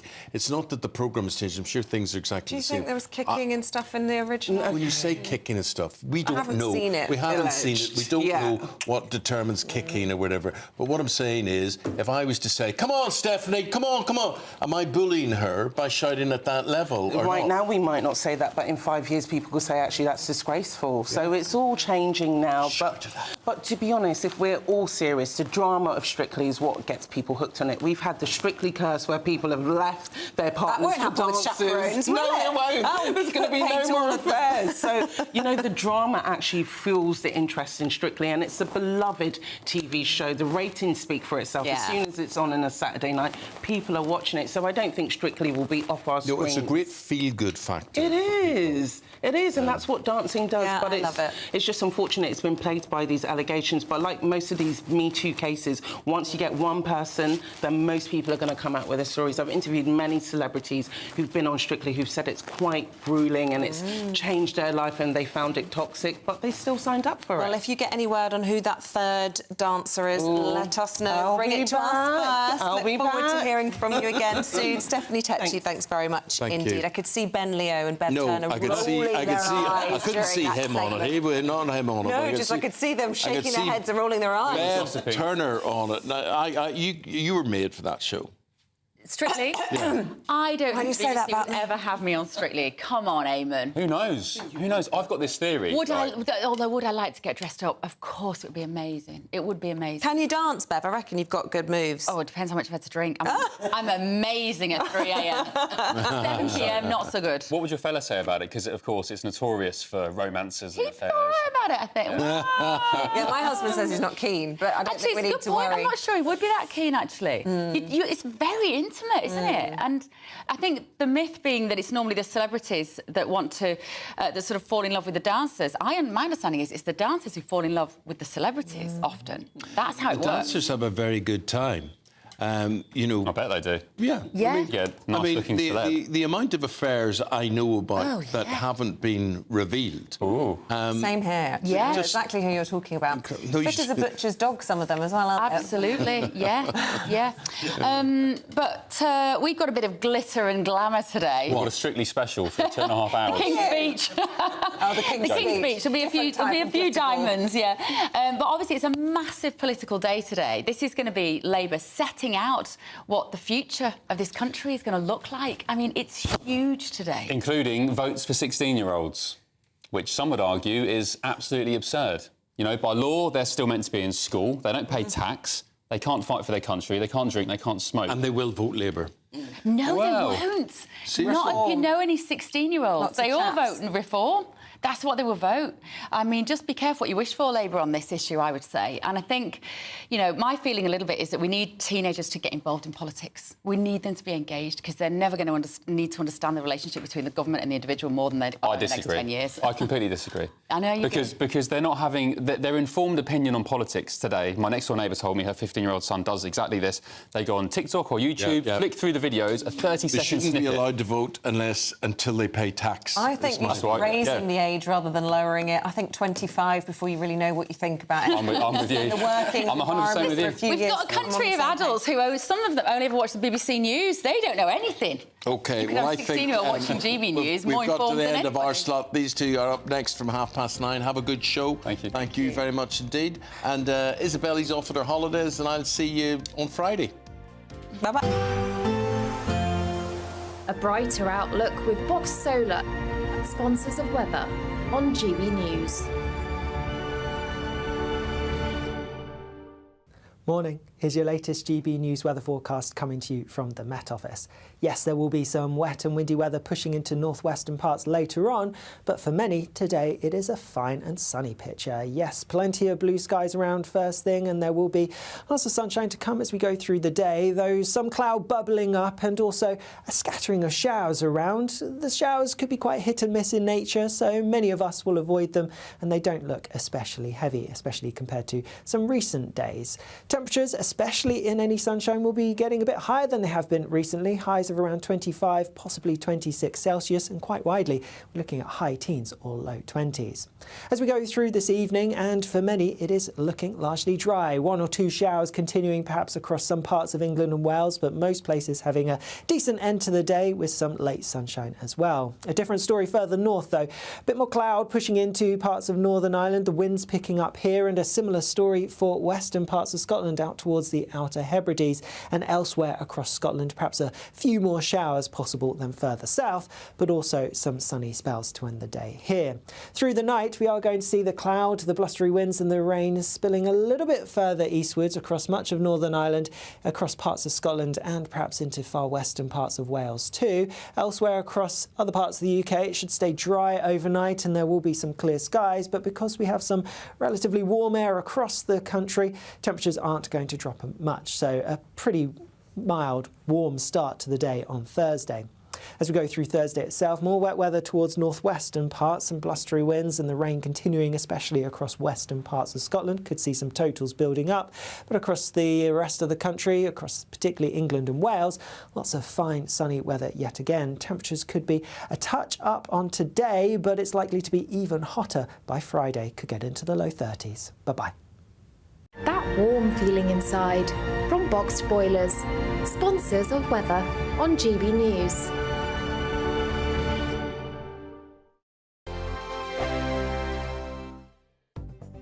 The latest GB News travel. Good morning, I'm Russell Holding. On the M8 in North Lanarkshire, the outside lanes closed eastbound after an accident between junctions 5 and 4A from Shotts to the Heartlands interchange. It's taking around 20 minutes in queues from just after junction 6 at Airdrie. There are severe delays to Tyne and Wear metro services after a faulty train earlier. On the A1 in Tyne and Wear, there's a lane closed northbound where someone's broken down at junction 66 by the Angel of the North, with queues towards there from junction 63 at Chester.